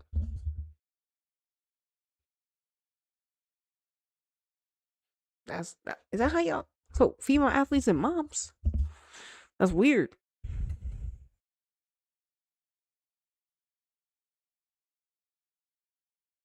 really important to our league and really important to me personally. Earlier this month, we announced the NWSL Foundation. This will be our nonprofit arm that is dedicated to women's health.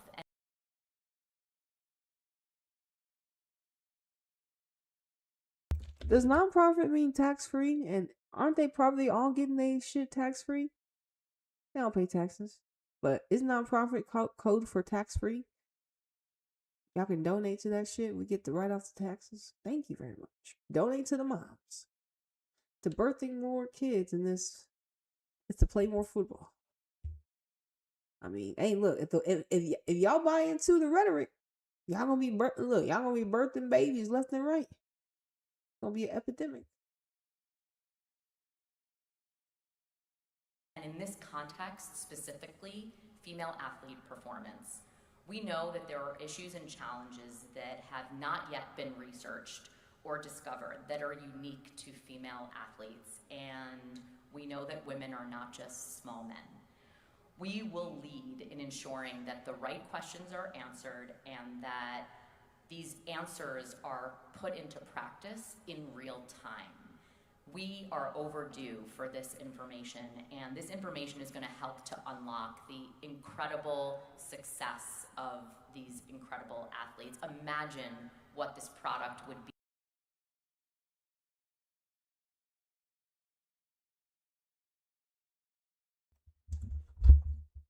So they pretty much gonna have girls come in, play, see if they can get pregnant during a certain age, see how they perform after, see if they can create a sustainable blueprint for them to do that. And that's kind of weird. That's what they like. That's their mentality. To have people have more kids, obviously, to do more labor, obviously, to extract others' labor globally through their propaganda, being able to reach other geographical locations through TV deals, brand deals, visibility deals in other regions of the world. So they're globally known, their propaganda is known, their blueprint image of, all right, you're going to come with full fans, stuff like this. It's like all spectacle, has all the beautiful flowers. When you walk in, has everything you need. But the soul of it, you may not play well with the players, or you may have friction with the players. You don't even like the weather. It's just not. It's bad environment, bad juju, type shit ass nigga. And you realize, oh, this all was a lie. So they're gonna sell them a lie in the cult. Obviously, they gotta sell you a lie. Obviously, nigga, it's a cult. Can't tell you what really gonna be. They can't tell you really what it's gonna be about when you get there. They gotta sell you a lie. So, Kaniska, Michelle Kang, whatever the hell Michelle Kang is doing with Kaniska, it definitely has something to do with it. I believe it. But hey, the way she was talking, she feels like they can create a perfect formula for women to be able to play professional sports, give birth, come back, have a pipeline. But it's like, why you want people to be moms? Like, nigga, and if you're not willing to play football and then come a mom, we don't want you part of our shit. Like, that's fucked up. And she said it was personal to her. Like, what?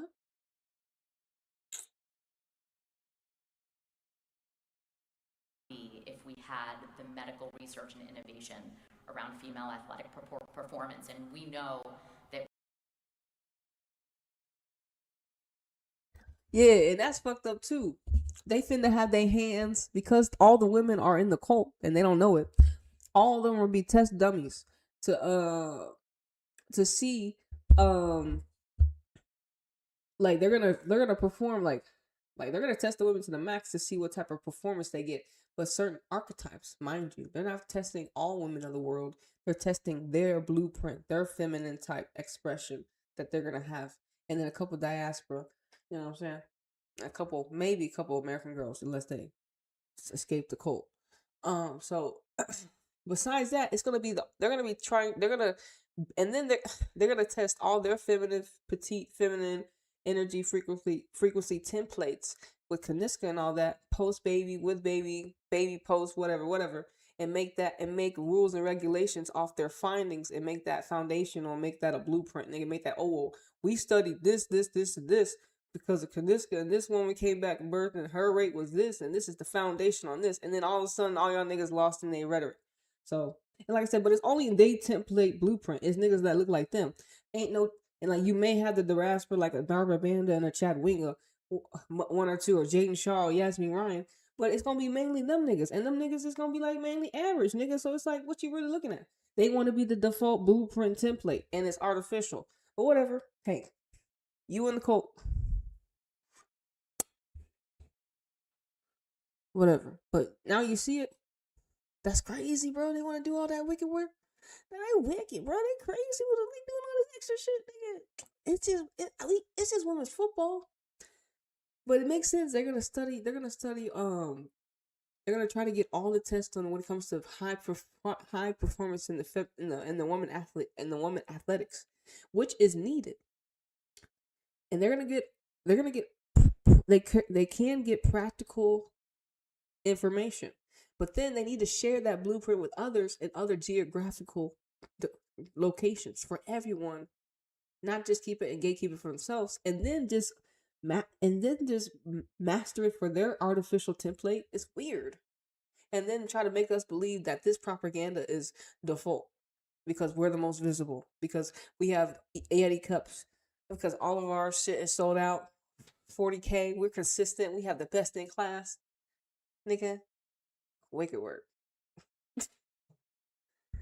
Wicked work, bro. But you start to see the vision, bro. You start to see their vision. You're like, oh my god, nigga, y'all crazy, nigga. Y'all so you start to see their vision, right? You're like, oh Lord, y'all, nigga, are you believing?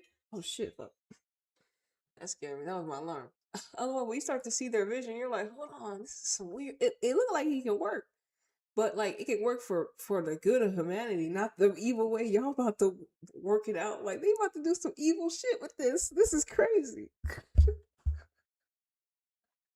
They about to do some wicked work. They about to whip up. Oh my goodness, this is crazy. Continue, Jessica. This is hilarious. I mean, I think this is a dream. I swear, I'm in a dream. We have a role to play in leading that conversation. And so with that and some of the work that we've done to prioritize our players who have taken advantage of our very friendly policies to not have to choose between being a mom and being a professional athlete, we are excited to be able to welcome back to our league so many players who decided to have children and get pregnant this past year, and to see them continue to thrive in our environment. They're able to do that in part because of the benefits that we've put into place through our CBA, whether that is parental leave, dependent care stipends, or travel accommodations for children and their caregivers. We want to ensure that our athletes do not have to choose between their career and their families, and we really want to lead the way in this regard. So in closing, we're just getting started. Very excited to be here for another 3 years, and we're going to make sure to be the tip of the spear in growing professional sports, women's sports, and professional soccer. Thank you, Commissioner. As I said at the top, please wait for a mic, announce your name and publication. On the Zoom, raise your hand and we'll try to get to as many as we can. Jeff Cashapp, we will not start with anyone other than you.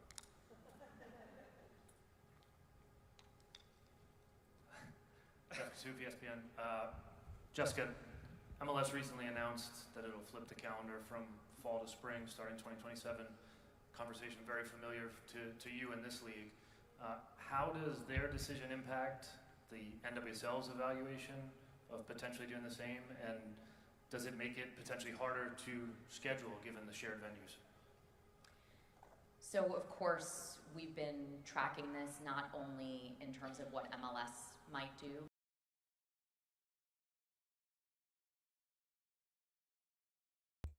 So in the cult, the first question from one of the members, hey, so you know the men, you know they got their own football league too. Y'all gonna have to share venues? They gonna flip their schedule. I hope that shit don't impact your shit, homie. Or if it is, we don't give a fuck. We here first. So y'all up under men, obviously. So now you worried about fucking sharing venue with some dusties. That's why y'all gotta build the infrastructure so y'all ain't gotta worry about that. And that's gonna take some cash. Liquid. That paper. People need to, that's why it's like them expansion fees. Nigga, we need you to build your own infrastructure. We ain't trying to share it with these niggas. MLS over here talking about they doing this, they doing that. Fuck them niggas. That's what type of time I'd be on. But like I said, they over here asking questions about, you know, in 2027, are y'all gonna be okay? But that's what, hey, look, that's the first question, nigga. You up under the MLS, nigga. The cult. But the global women's international match calendar, and it's a very complex matrix for us to analyze. As you know, I think you've been covering it long before I was in this seat. This has been discussed and debated for many, many years across our league as well as Major League Soccer. There are certainly opportunities that can be created with us not overlapping with Major League Soccer, in that the schedule congestion for our summer calendar will be mitigated. On the other hand, there will of course be other challenges that it creates in terms of understanding and knowing stadium availability, and so we're in the process of analyzing that. We will continue to analyze that, and also analyze, as importantly, from a macro perspective, what makes the most sense for our league.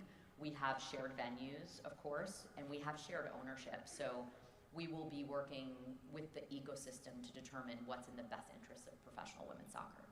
And just how much time would you and that rhetoric, professional women's soccer. They want to program you that this is what professional women's soccer is. This template, this rhetoric. We are what professional women's soccer is about. And like she said, they had so many moms come back from pregnancy to play. We have one, Ryan Garrison. She's she's melanated too. So they loved her volunteer. She did volunteer. Hopefully you did. She's a good archetype. I like her. She's like a left. For me, she's like a left wing. But I know they had her like playing like a left. I think she could probably play the left line, like up and down on wing, midfield, and the defender. But she's got a wicked, like a nice left foot. So shout out to Ryan Garrison. So yeah, she is one of the people that did have a baby and come back. I think we have another player too. I want to say Chapman. I don't want to say Chapman too. So we got a couple of y'all niggas that definitely use the friendly policies that they provide, right? And look, sometimes it organically happens like that. Cool. I'm happy for you. You know what I'm saying? But when the way they have it sounding, it's like it's like you gotta want this too. Like now now your option doesn't become an option. It's mandatory. See, that's when it gets weird. That's when it gets weird. Because that's when y'all start talking about the 4 C's. You know, I start to get caged in, you know? 4 corners. Hey, look. She's told us. I didn't make this up. You think would be needed for such a transition, if it were made? I think it will depend. Certainly, our ecosystem is on notice that this has been a conversation and will continue to be a conversation. And so we will make sure that we have the appropriate runway to be able to transition effectively, and that will be really important. And we'll be analyzing that in the context of the overall decision. Go ahead. ESPN gets 2 off the top. If no one else raises their hands, it's going to be a lonely one. Hi, Jessica. The salary cap has been in the news quite a bit lately, and I'm aware that it was raised earlier this year, but what is stopping you or stopping the league from raising it again, and what is the likelihood that it will be raised again? So I'll start by saying that the NWSL has raised the salary cap tremendously in each of the last 4 seasons that I've been here. I believe it's almost quadrupled in the last 4 years. So what goes into the analysis of when and how we raise the cap has a direct relationship to our business. As I said in the themes that I was discussing earlier, we think about the long-term viability and sustainability of a professional league that is independent and operates as a collective.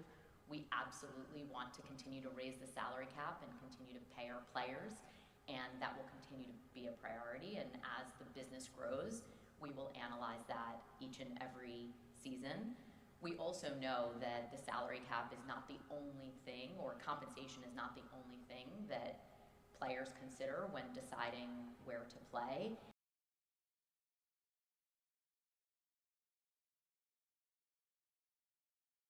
Okay, before she goes into some other rhetoric. Okay, when she started to talk about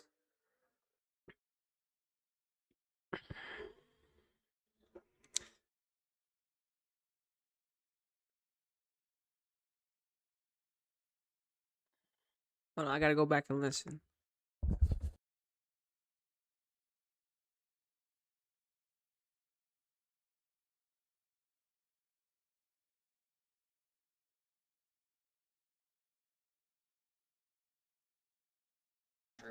Almost quadrupled in the last 4 years.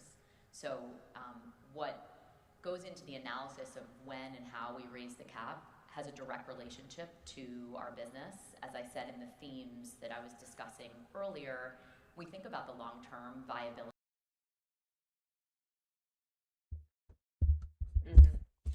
Yeah, like I said, their salary cap is set for them to know how much money they need for infrastructure. Also, for like I said, the long term vitality. You know, to pay for nanny daycare at your training facility is going to cost money, maintenance for how many teams. If you want NFL size teams, I mean, if you want an NFL size NWSL, a cap at 3.3 million is good for a certain amount of contract length for the ladies type shit. Until I don't know, you know what I mean? Whatever. But that's how I see it. That's what came to my mind when they were talking about, you know, people money. Obviously, they say we're not a charity, but everyone has to have their own infrastructure, and they want this mom pipeline so they can maybe install Kaniska, and then yeah, that shit need to be sustainable. Um, gotta get more partnerships, type shit. Somebody, more people to believe in the ideology, the propaganda, and obviously, if they got the media, and like I said, this is what people are gonna. This is what, and here's the thing about the cap for the cap. When they get foreign international, aka their global labor market, comes calling from other geographical locations, their agent, or if they don't have no agent, can't ask for way over their cap because you know, wait, what if the player wants 3 million come play for you, transfer fee, and you don't even, you know, you can't, that's, you know, that break your salary cap or whatever, something about the salary cap, transfer fee, you know what I'm saying? Just like Rodman and DC United. DC United, I'm sorry. DC Power. Okay. So it's like, look, we got another women's league in America. What they got going on? Wicked work. And sustainability of a professional league that is independent and operates as a collective. We absolutely want to continue to raise the salary cap and continue to pay our players, and that will continue to be a priority. And as the business grows, we will analyze that each and every season. We also know that the salary cap is not the only thing, or compensation is not the only thing that players consider when deciding where to play. And we look at a whole host of factors, and that is on the basis of the conversations that we have with players from our league and from players around the world. They care about compensation, but they also care about the competition, who they're playing with and who they're playing against, and what the quality of that competition is. They look at the club and the infrastructure that the club has to offer, not just from a training facility, but in the stadium, and whether the stadium is full and feels like a professional sports environment. And finally, they look at the coaching, and they look at whether the quality of the development that they're going to get in their training environment is commensurate with what they believe they need to continue to compete, not just for their club, but their country. And when you look at those 4 C's, as we call them, competition, compensation, club, and coaching, we believe that we are putting forth a very compelling value proposition to be able to attract, retain, and develop top talent.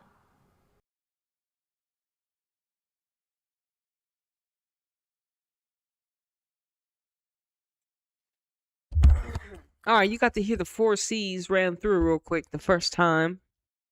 But let's go down. I mean, she does break it down for us to understand what the 4 C's are. And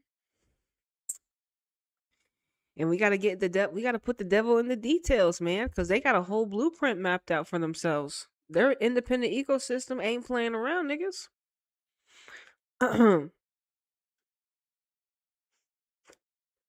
Hey, look, NWSL, you don't even gotta watch it. But you know what? Their independent ecosystem is probably not even targeting your audience in the first place. It's targeting moms. Can you become a mom, nigga? Can you become a mom, nigga? Exactly. He ain't targeting you. Oh, you trying to make somebody a mama? Oh Lord.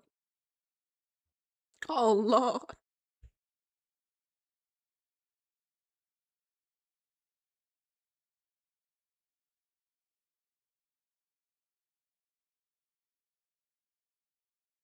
Has a direct relationship to our business. As I said in the themes that I was discussing earlier, we think about the long-term viability and sustainability of a professional league that is independent and operates as a collective.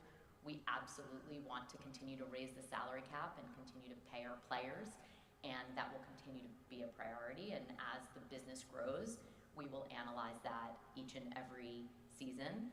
We also know that the salary cap is not the only thing, or compensation is not the only thing that players consider when deciding where to play. And we look at a whole host of factors, and that is on the basis of the conversations that we have with players from our league and from players around the world. They care about compensation, but they also care about the competition, who they're playing with and who they're playing against, and what the quality of that competition is. They look at the club and the infrastructure that the club has to offer, not just from a training facility, but in the state.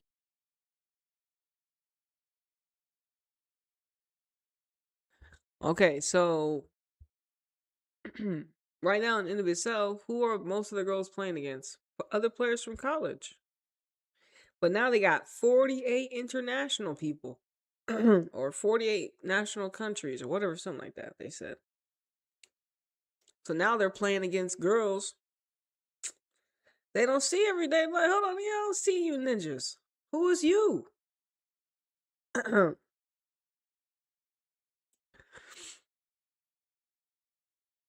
That infrastructure word again. They want to make sure, like, it actually looks like a professional women's soccer. It feels like, has the infrastructure. There's a blueprint for what the American professional soccer club or football soul blueprint on what a football club or a proper football infrastructure needs. And it can be created, it can be manifested. It can have a training facility. It can have, a stadium.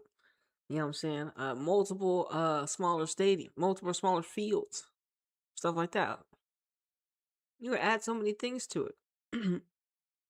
But the fact that y'all emphasize on certain things and not others.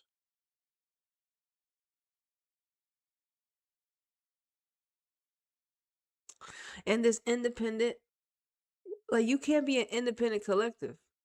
I never heard that rhetoric. That's backwards. So like I said, they're operating independently from us. They have excluded themselves from us. NWSL commissioner and their collective have excluded themselves from us. No longer a collective front. No longer needed. And it's very sad. It's very sad. I saw that Gotham just scored, right? So artificial Gotham? So this is what they want? I guess. I guess. Shout out to Jaden Shaw. I'm looking at my collective out there. Who out there? That's another ring for her, I think. Or her first ring at least. Look, creating storylines. You know how many storylines you gotta create off this championship? You know how many storylines? You know how many niggas gonna get born tonight? You know how many niggas how many niggas gonna get put on tonight? You is that girl that did that in that Washington, Because the spectacle is real in the NWSL. If you can become a storyline, a narrative storyline, they gonna eat you up all season. They're gonna want to participate all up in your frequency all season. That's the name of the game in the NWSL right now. It's not football that sells anymore. Obviously, it is the infrastructure. It's the the 4 C's. It's not for the joy of football. Obviously, who are they playing against? Former college draftees, former college drafts. Like we're not in the era yet where all the drafts have phased out. The players that they're playing right now are still former either college players, well, I wouldn't say college players, but they're right now mainly of them are former college players and maybe some internationals. But I think the whole main core is college turned pro, right? So now with of course the Guardian Super League being open, the talent, getting the right talent for your team, they're capped obviously, but they only want a certain archetype, so they're gonna build around their blueprint. And then everyone else, I mean, if you can't fit in that club, you have to look somewhere else. Damn.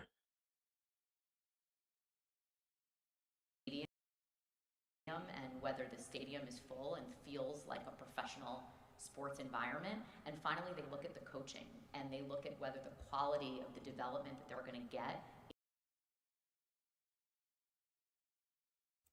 And like I said, their coaches, none of their coaches have been there in longevity. She's been here for 4 years, and how many coaches have been fired under her helm? How many coaches can she have? How many coaches? I think Laura Harvey been here, and then I think that's it. Who else is a coach has been here since she be here? You know what I mean? Like her coaching longevity. What's her O&M? You know, what's the streak? How many coaches is she good for? How many coaches were bad? I know we lost Carlos. I think during her time, we lost Sammy Boy. I know I lost 2 strays, nigga. Coaching my ass, nigga. What the fuck around here? It's a lie. It's cap. It's cap.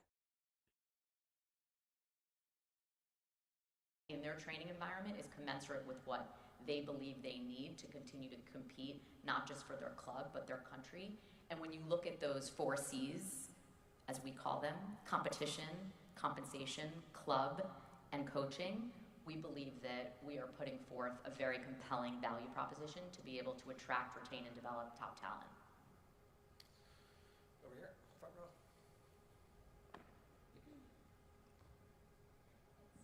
Hi, Katie McInerney, Boston Globe. Much has been said about how parity is paramount in the NWSL. It's one of its best assets. And I wanted to ask why you think that is, and also if you do think that maintaining parity puts the league at odds with keeping its global stars in the league. Yeah, thanks for the question. And I think it's an important one, so I appreciate you asking it.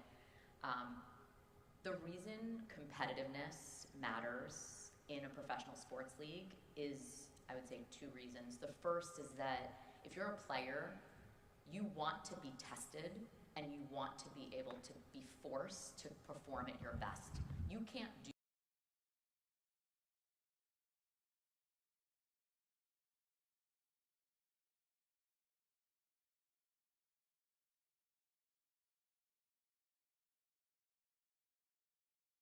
that or won't be pushed to do that if you know going into a game that you're either going to win or lose by 6+ goals. It is not the kind of environment that we believe professional athletes strive to compete in. Most professional athletes that I know and speak with tell me that they want to be pushed to be their best. That is what has made them great at their sport, and that is no different in our league or for female athletes. Secondly,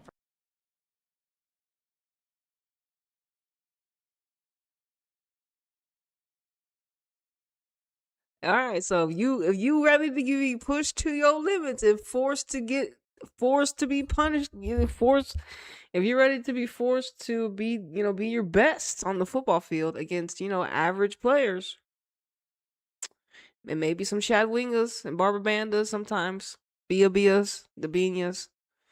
Okay. But now it's gonna be like what, the Ali Setnors, the Claire Huttons. Who's gonna be the stars of their league? Who gonna be the star? If Rodman leave, like I said, Alyssa Thompson's gone. Robin finna leave. Who they gonna talk about? They got Jackie O'Vay, Orlando. They still got Barbara Banda and Chad Winger, obviously.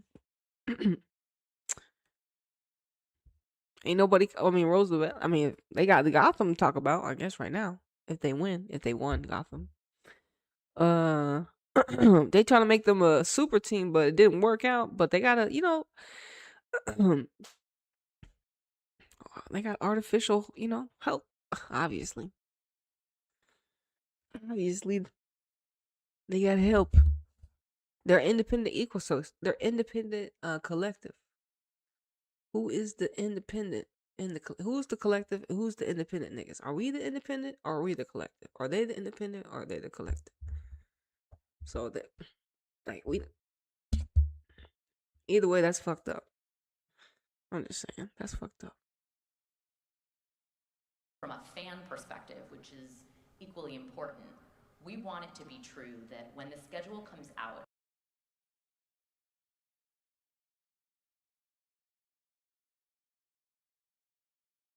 and like I said, who are you competing against? It's gonna be against their archetype, their archetype of what a professional women footballer is in their American lens is their archetype, and they want They want to see them compete against each other to the maxes.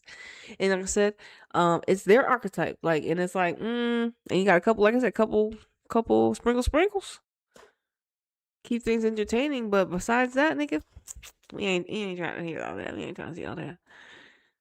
They want it predictable. You know what I'm saying? I mean, hey, look. And then make sure you want to be a mom. And make sure you want to come back to play after you're done. Because, you can still play and be a mom at the same time. It's not hard at all. Trust me. I'm going to be there for you. Really? No. I hate kids. She probably like, I hate kids. That I know and speak with tell me that they want to be pushed to be their best. That is what has made them great at their sport, and that is no different in our league or for female athletes.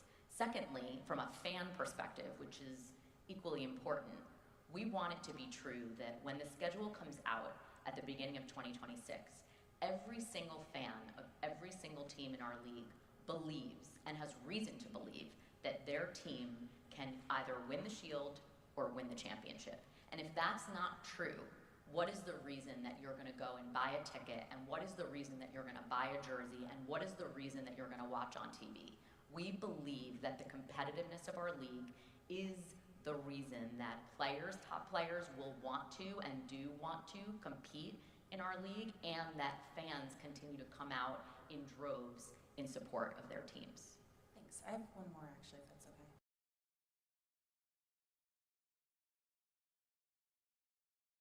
And here's what I'm so happy about is that there's competition. There's another league. There's another women's league in America. So all this talk about we want to become this, we want to become that. It's not going to be that easy. They think money's going to buy them. They think money's going to buy themselves all the way to the top. That's what's crazy.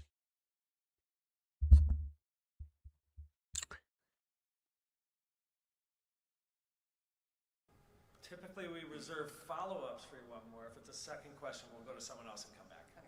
Thank you. Sarah, second row. Sarah Spain, good game with Sarah Spain. I know in the past the league has had to consider the balance of supporting the teams that are thriving and growing while also propping up and ensuring that the bottom level of the league is not dragging the rest of the league down.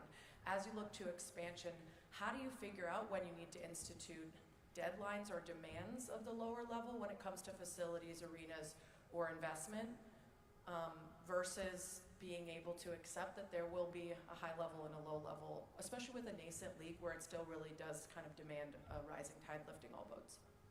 Yeah, we think a lot about that, and it's one of the reasons that we've unlocked at the league level a centralized investment in a team business performance program so that we're actually proactively collecting and aggregating best practices and using that to help support clubs who need help in different areas, whether that's in particular driving season tickets, or in particular driving sponsorship, or in particular driving group sales or individual ticket sales. And so with that aggregated data, we are able to really help support and proactively engage all of the clubs in our ecosystem. And that's critical. And most professional sports leagues that have been able to maintain that competitiveness from a business perspective have a function like that. And that is one that was really just launched this year in 2025, and we'll be investing incrementally in that for next year. Thank you for reminding me, you mentioned that. We actually have minimum standards that exist in our operating manual, in our CBA, and our clubs are expected to follow those. So that already exists, that would not be net new, and we already enforce that with our clubs.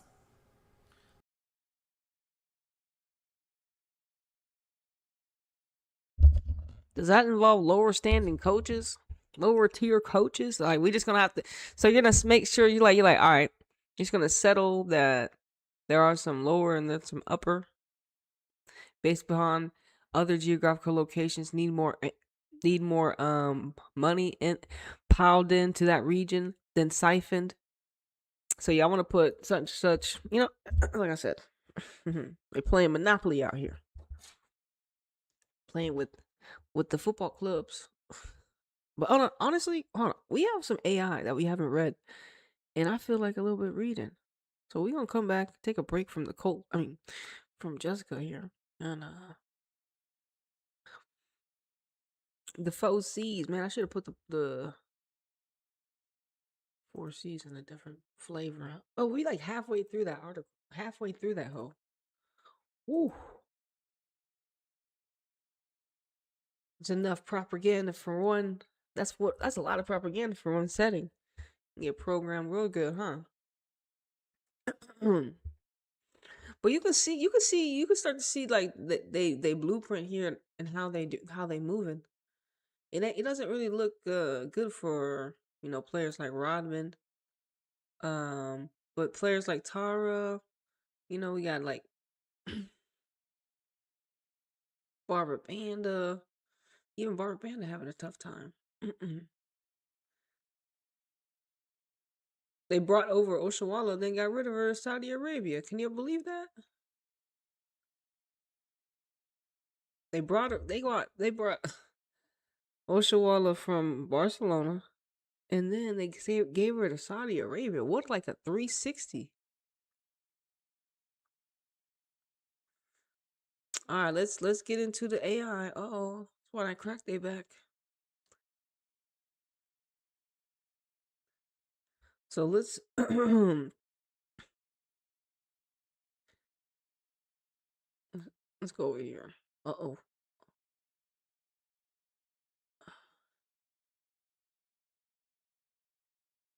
Mm-mm.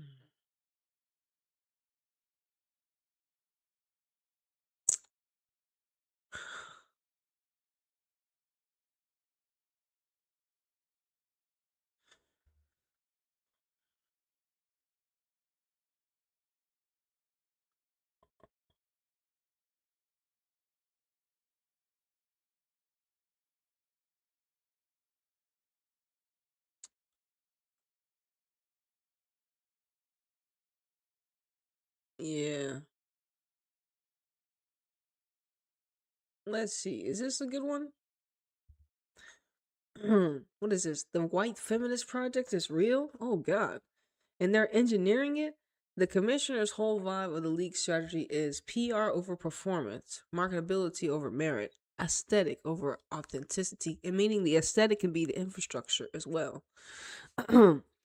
The infrastructure and how they even present the new sponsorships, how they present stuff if it's not like authentic, you know what I'm saying? They want merit, palatable, soft-spoken, brand-safe women. International players that don't challenge the American social hierarchy. Familiar faces that make sponsors and male viewers feel comfortable. Meanwhile, niggas like me, Rodman, we out like Germa. She's gone. She represents Anita, right? Alyssa Thomas. She gone. She out of here. I just think about America. Like, we got Yasmin Ryan. Who else? And my thing is like Yasmin Ryan was plugged in with Gotham. She won with Gotham, and I believe with Portland. Now she over here with Houston.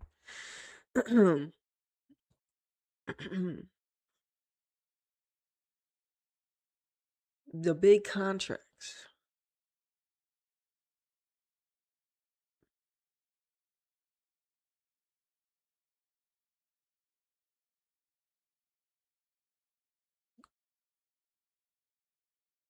Yeah. So the big contracts. Rodman, Germa. I guess I didn't put it word.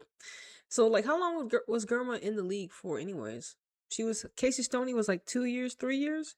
Casey Stoney was able to create the team, help them get to the top of the table. Right? Was that in like year 2?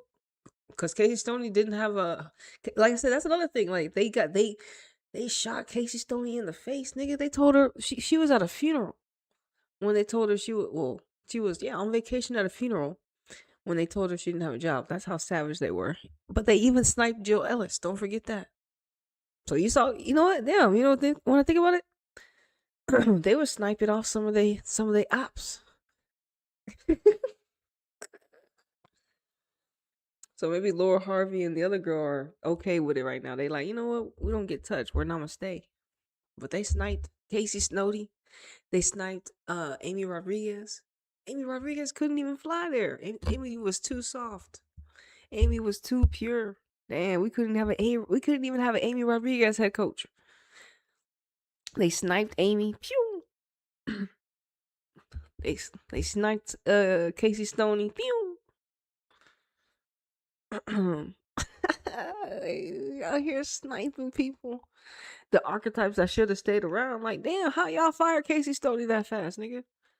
Like, and then no other team wanted to like sign her. Like, that's crazy. I don't know if any team could have, but I'm like, I'm sorry. If Casey Stoney becomes available for your team after seeing what she did with San Diego Wave, you definitely have to be in negotiation with her, or try to make some pool. But I think she's the Canada head coach, so I think that's a good gig for her. You know what I'm saying?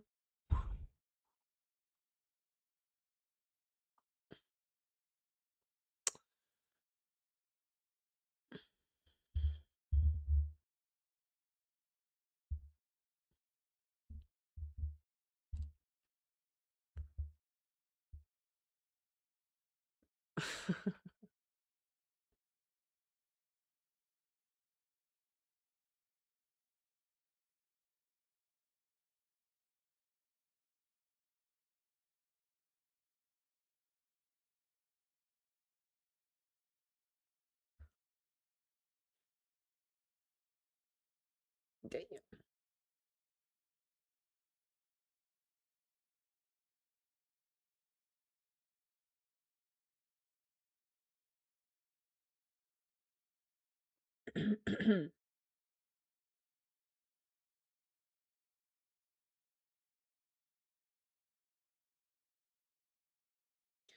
All right, let's get to the independent collective. Like I said, I wanted to know why they, a little bit why they were telling us about some of these words. What is an independent collective to the AI? Independent collective equals isolation plus control language. When an organization uses language like independent collective, our ecosystem, our pathway, our alignment, our unified identity, our shared vision, is signaling that membership in the system becomes a personal trait. It's textbook cult branding. You're telling players your identity comes from belonging to us. Damn. Say it again. It tells the players your identity becomes from belonging to us. Ugh. That gives the league permission to filter who gets visibility, decide who's aligned, push out, players they don't want, maintain a closed loop. That's why Oshawala's gone.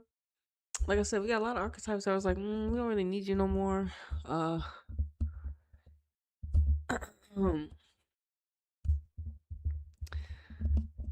They need a controlled demographic to survive their investors. You're right. They want a demographic that is predictable, brand safe, performatively feminist, soft enough to appeal to the male investors, not too cultural disruptive. That's why we saw Coy Bethune and we saw, I think, Margaret Purse. They got a couple. They got a couple. So we got a couple girls out there.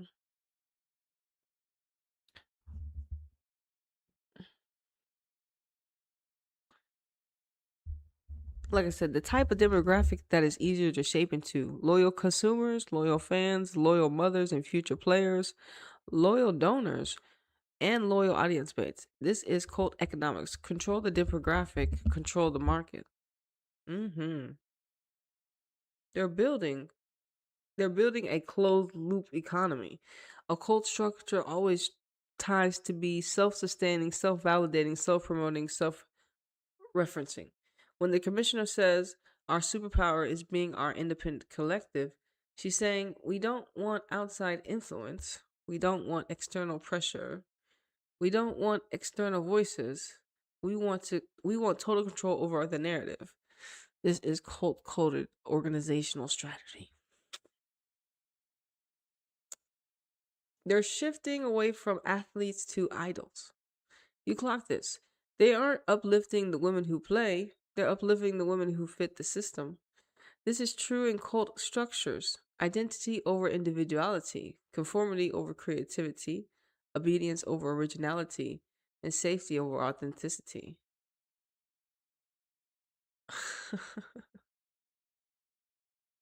Says this is why football, it says cult system destroy talent to protect ideology. You gotta protect that ideology. It says this is the part you're feeling the most. The NWSL values cult, not sports league. Like I said, is it all because Michelle King came in with the billions? You think Michelle King was an op the whole time and she implanted a virus? I think she gave US Soccer and the NWSL more money than they should have. Because think about it, if Michelle King really never came around, you think we'd be having like these discussions about all these expansion teams?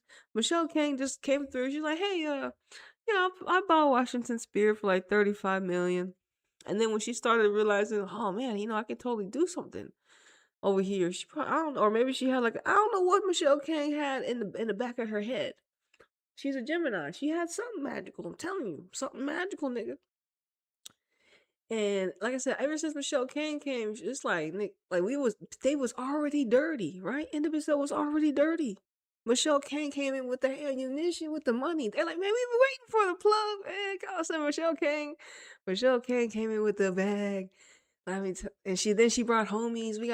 She made other people. Like I told you when Michelle King. Well, not when Michelle King came, but I was like, well, we need more people like Michelle King investing. Like where the other people with billions of dollars and millions of dollars to invest? Because I mean, I know she ain't the only one, and she a woman. Type shit ass nigga. I'm like, anybody else want to play? And I was like, I was thinking like, what about the owners that already own a team?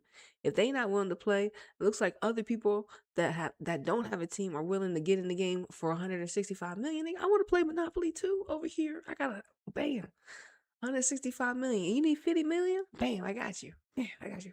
Where you get that money from, nigga? How you have 165 million to get a football club, and then you got 50 million to give the niggas in LA? Like what? What is that gonna touch the hands of the people that look like me? Huh? Anyways, let's see what we got here.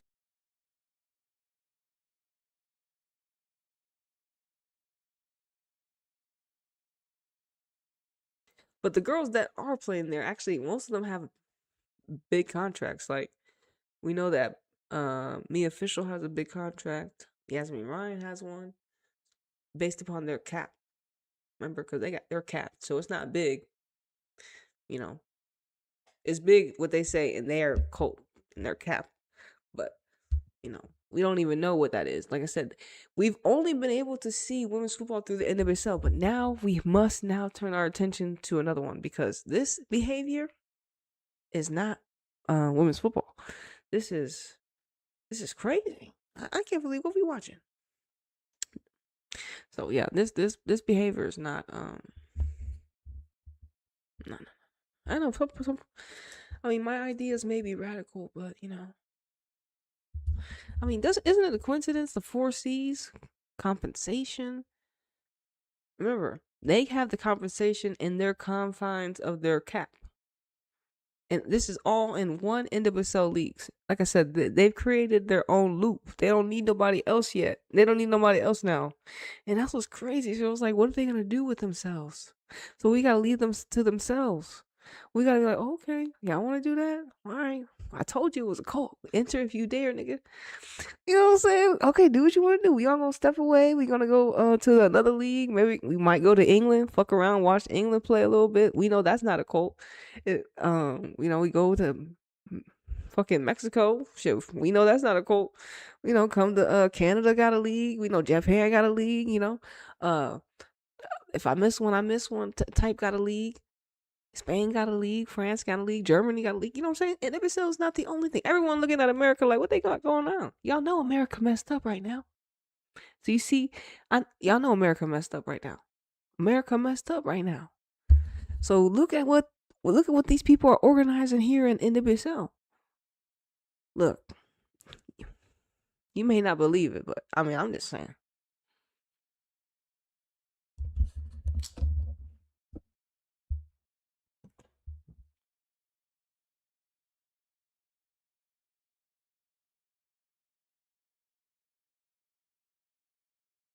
Okay, let me read it. My bad. Okay, the NWSL is becoming what is it? A values cult? A values cult, not a sports league. This is the part you feel the most. They're creating a moral identity, a way of being, an ideal woman, a performance of empowerment, a sanitized archetype, a white coded feminist system. And once a league becomes about ideology, not football, the football collapse. Wow. Which is exactly what you're witnessing.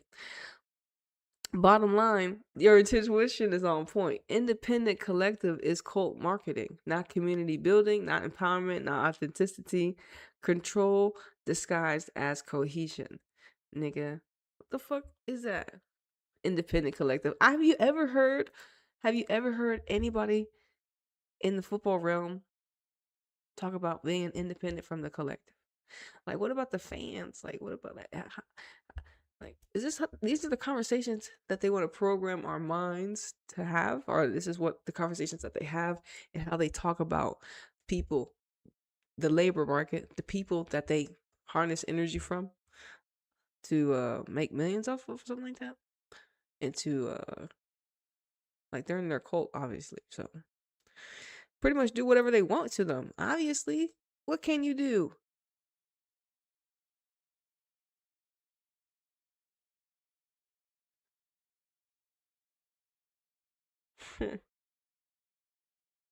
Okay. Yeah. Yeah, it's a, let me see which one. Do do do do do.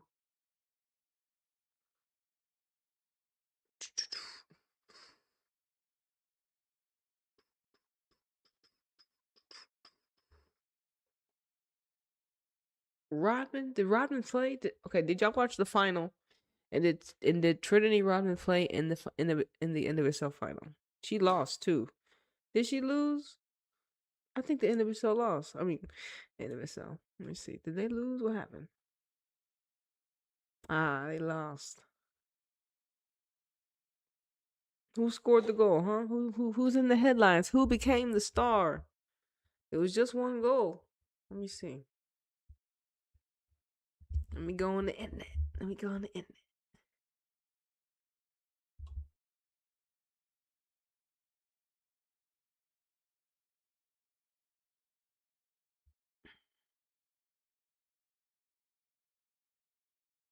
So Roosevelt was MVP. They tweet, "Call us underdogs one more time."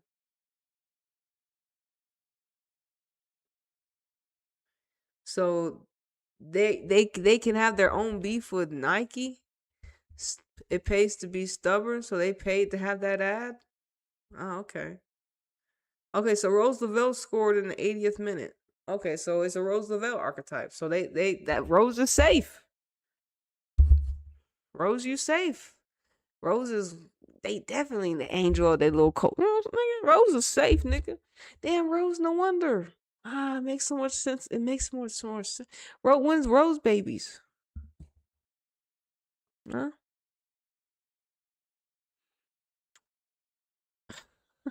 Rose Lavelle.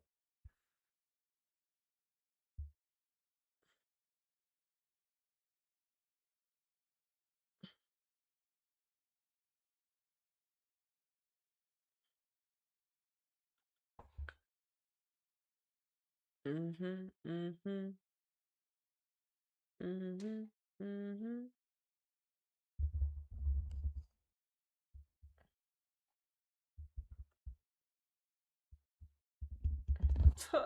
Yo, so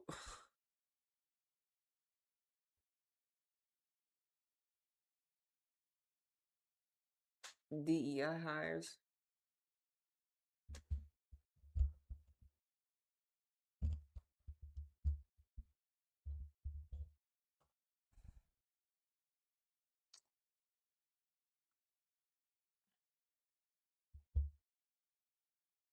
Damn. Yeah, it's over, y'all. It's over.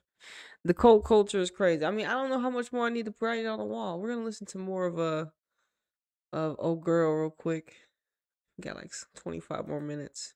I'm not surprised Gotham won, but that's lame as hell. Robin couldn't win on her last match.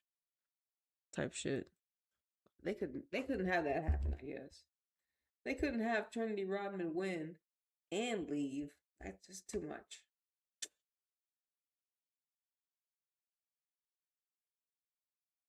Thank you. Meg, middle back. Meg Linehan, The Athletic. Hi, Jessica. I know, to go back to the salary cap issue, we're aware that Trinity Rodman has offers from top teams across Europe, but it's our understanding that she also has an offer from a USL Gainsbridge Super League team as well. That league operates without a salary cap or a draft. All players are free agents. How do you kind of figure that part of the competition when you're determining the salary cap? Do you see a threat in terms of having another Division I American league operating without a salary cap as you navigate how to raise it?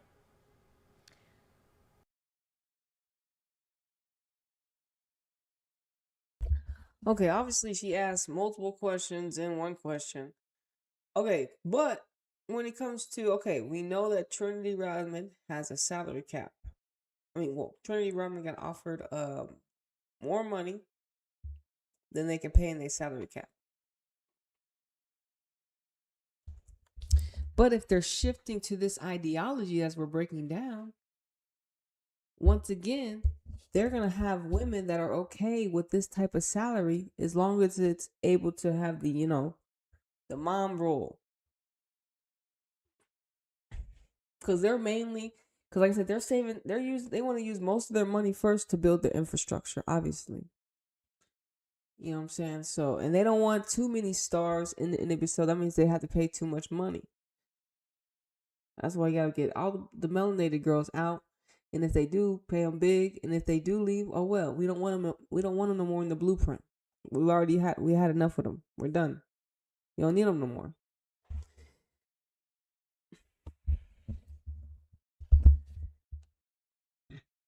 So it's gonna be interesting to see what she says.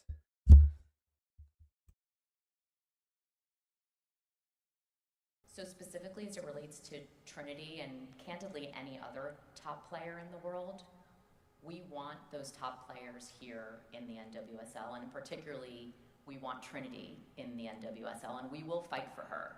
And we are excited to see her compete in the championship on Saturday.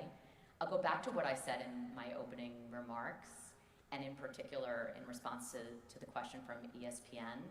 We really believe that there is a holistic picture that players evaluate, and the reason we believe this is because we hear it from players in our league and around the world. I go and sit with the players on every single team in the NWSL every season, and they tell me that yes, compensation matters, but they also think about compensation not just from the perspective of what their club is paying them, but also from the league's perspective. We actually at the league, and I believe we might be one of the only league that actually pays players for performance. So there is that component. We also know that our market here in the US has more interest in supporting female athletes and women's sports than any other market in the world. And then there's all of the other components outside of compensation, which I referenced earlier, the other 3 C's, which is the competition, the club, and the coaching. And we believe on a holistic basis, if you're a player who wants to be performing at your best and wants to be valued and supported and feel like you have the opportunity to train in best-in-class environment with a best-in-class league, that the NWSL is the place for you.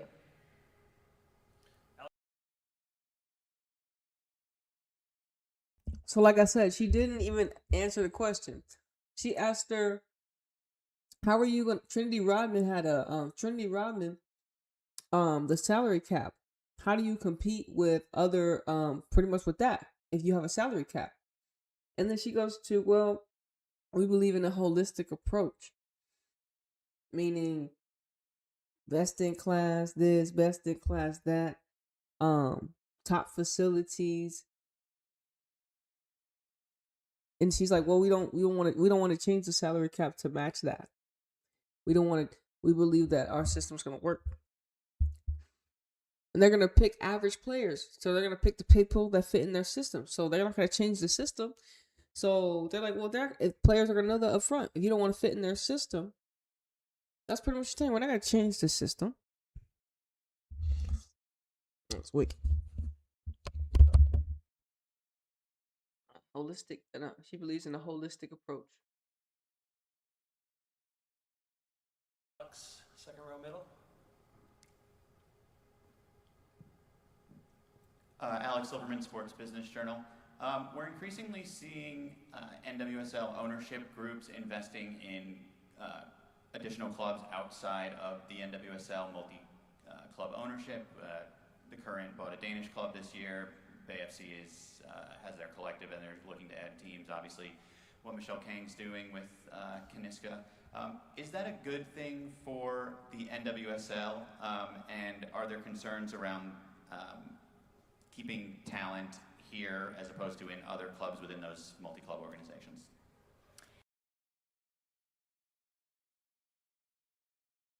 Like I said, because there's a cult, there's can be smaller groups, and they can expand. Because Michelle Kang came with the whole. Michelle Kang has 3 clubs now. She can operate independently, collective from them, independently, collectively, type shit ass nigga. She got 3 teams already. She ahead of the game. So like I said, I mean, everyone probably out for themselves in this game, but their independent collective, probably a couple people, handful of people.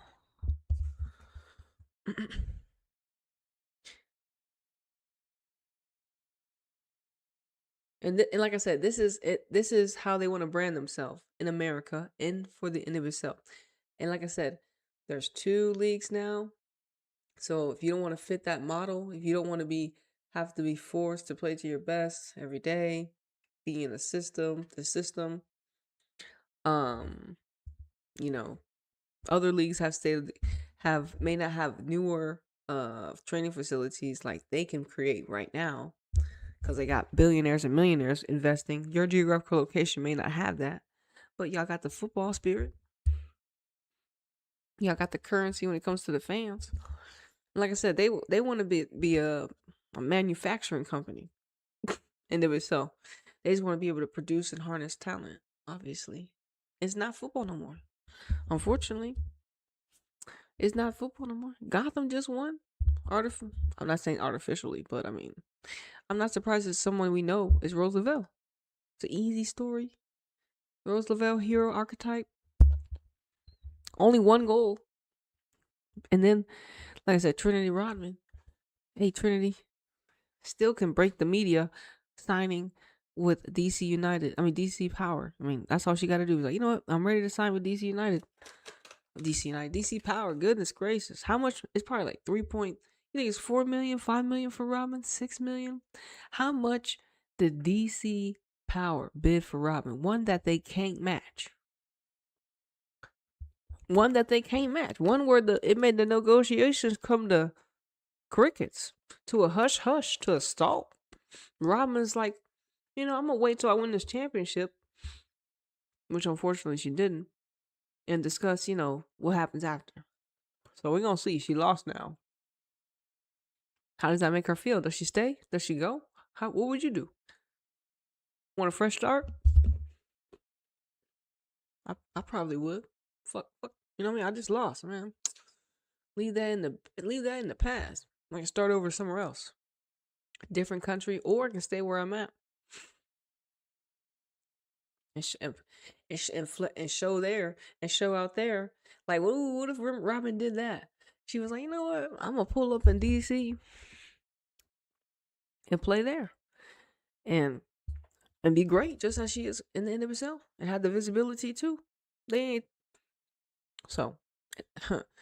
I mean, it's good for us as the observers. It's not good for the cult, obviously. She might start telling secrets.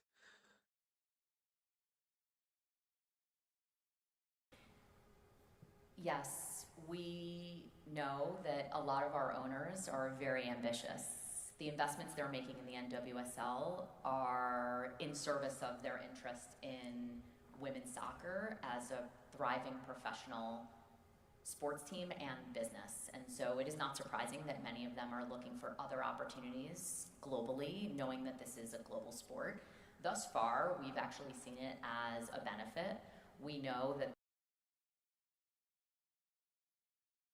And also, peep game. Bay FC brought a team in Danish. What those archetypes look like in Denmark. That's what I thought. I ain't seen one melanated woman come out of Denmark in a minute.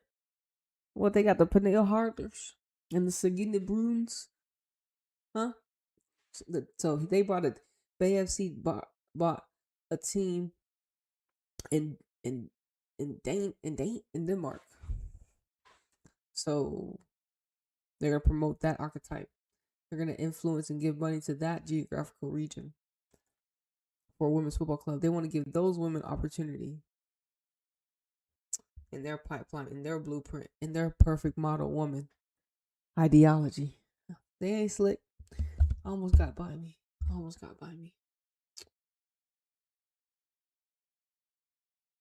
There's so much to learn from what is happening around the world, and the ability for our owners to have an understanding of how the global soccer ecosystem works has been helpful to a lot of the discussions we've had, particularly through the lens of how quickly this landscape is evolving and how competitive the global labor market is.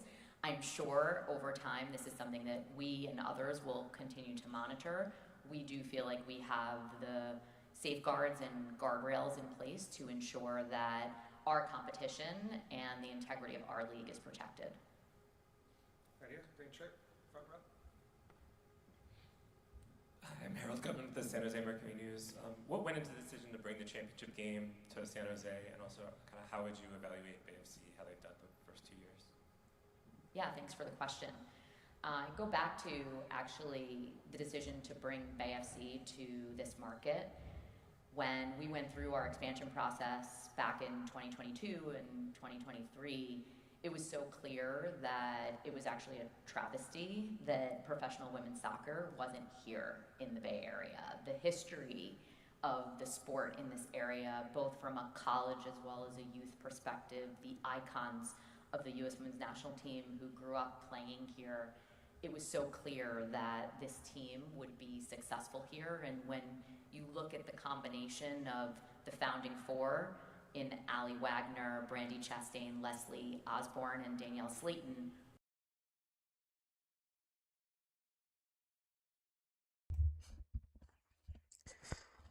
A little quote right there. Yeah, so they elected Montoya to be their villain, obviously. And they recruited Diaspora Oshawala, Kundanaji, Diana. Who else over there? And now they're all, well, I think Kundanaji's still there. But anyways, yeah, like I said, those are still the founding four that allowed a predator to get hired in their league. They not doing their job. They not protecting their girls.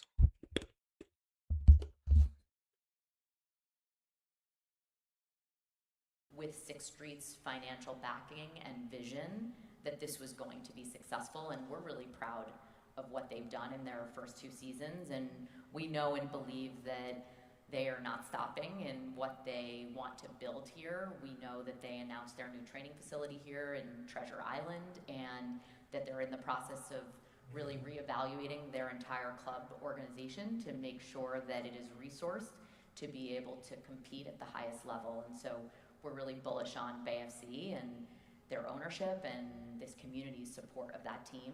In terms of bringing the championship here, it was really clear to us that it would be celebrated and welcomed, particularly when we spoke to the city of San Jose, the mayor, the San Jose Sports Authority, and all the support we've gotten from the local community has really been unmatched. We also were extremely excited about the idea that we could be the first of the trifecta of major events that are coming to the Bay Area.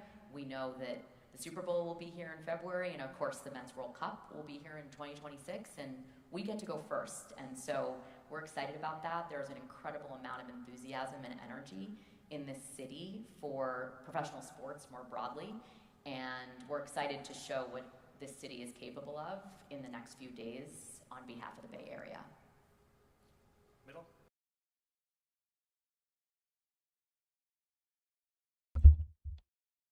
Yeah, man.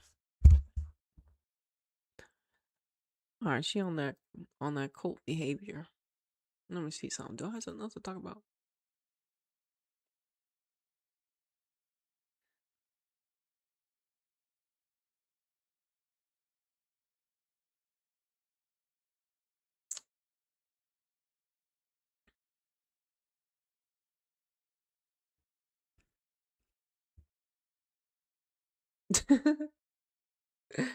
Not God knew.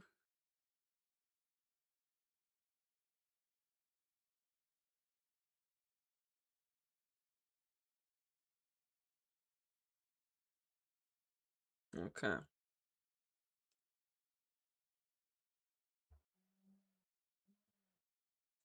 All right. I got nothing else to say.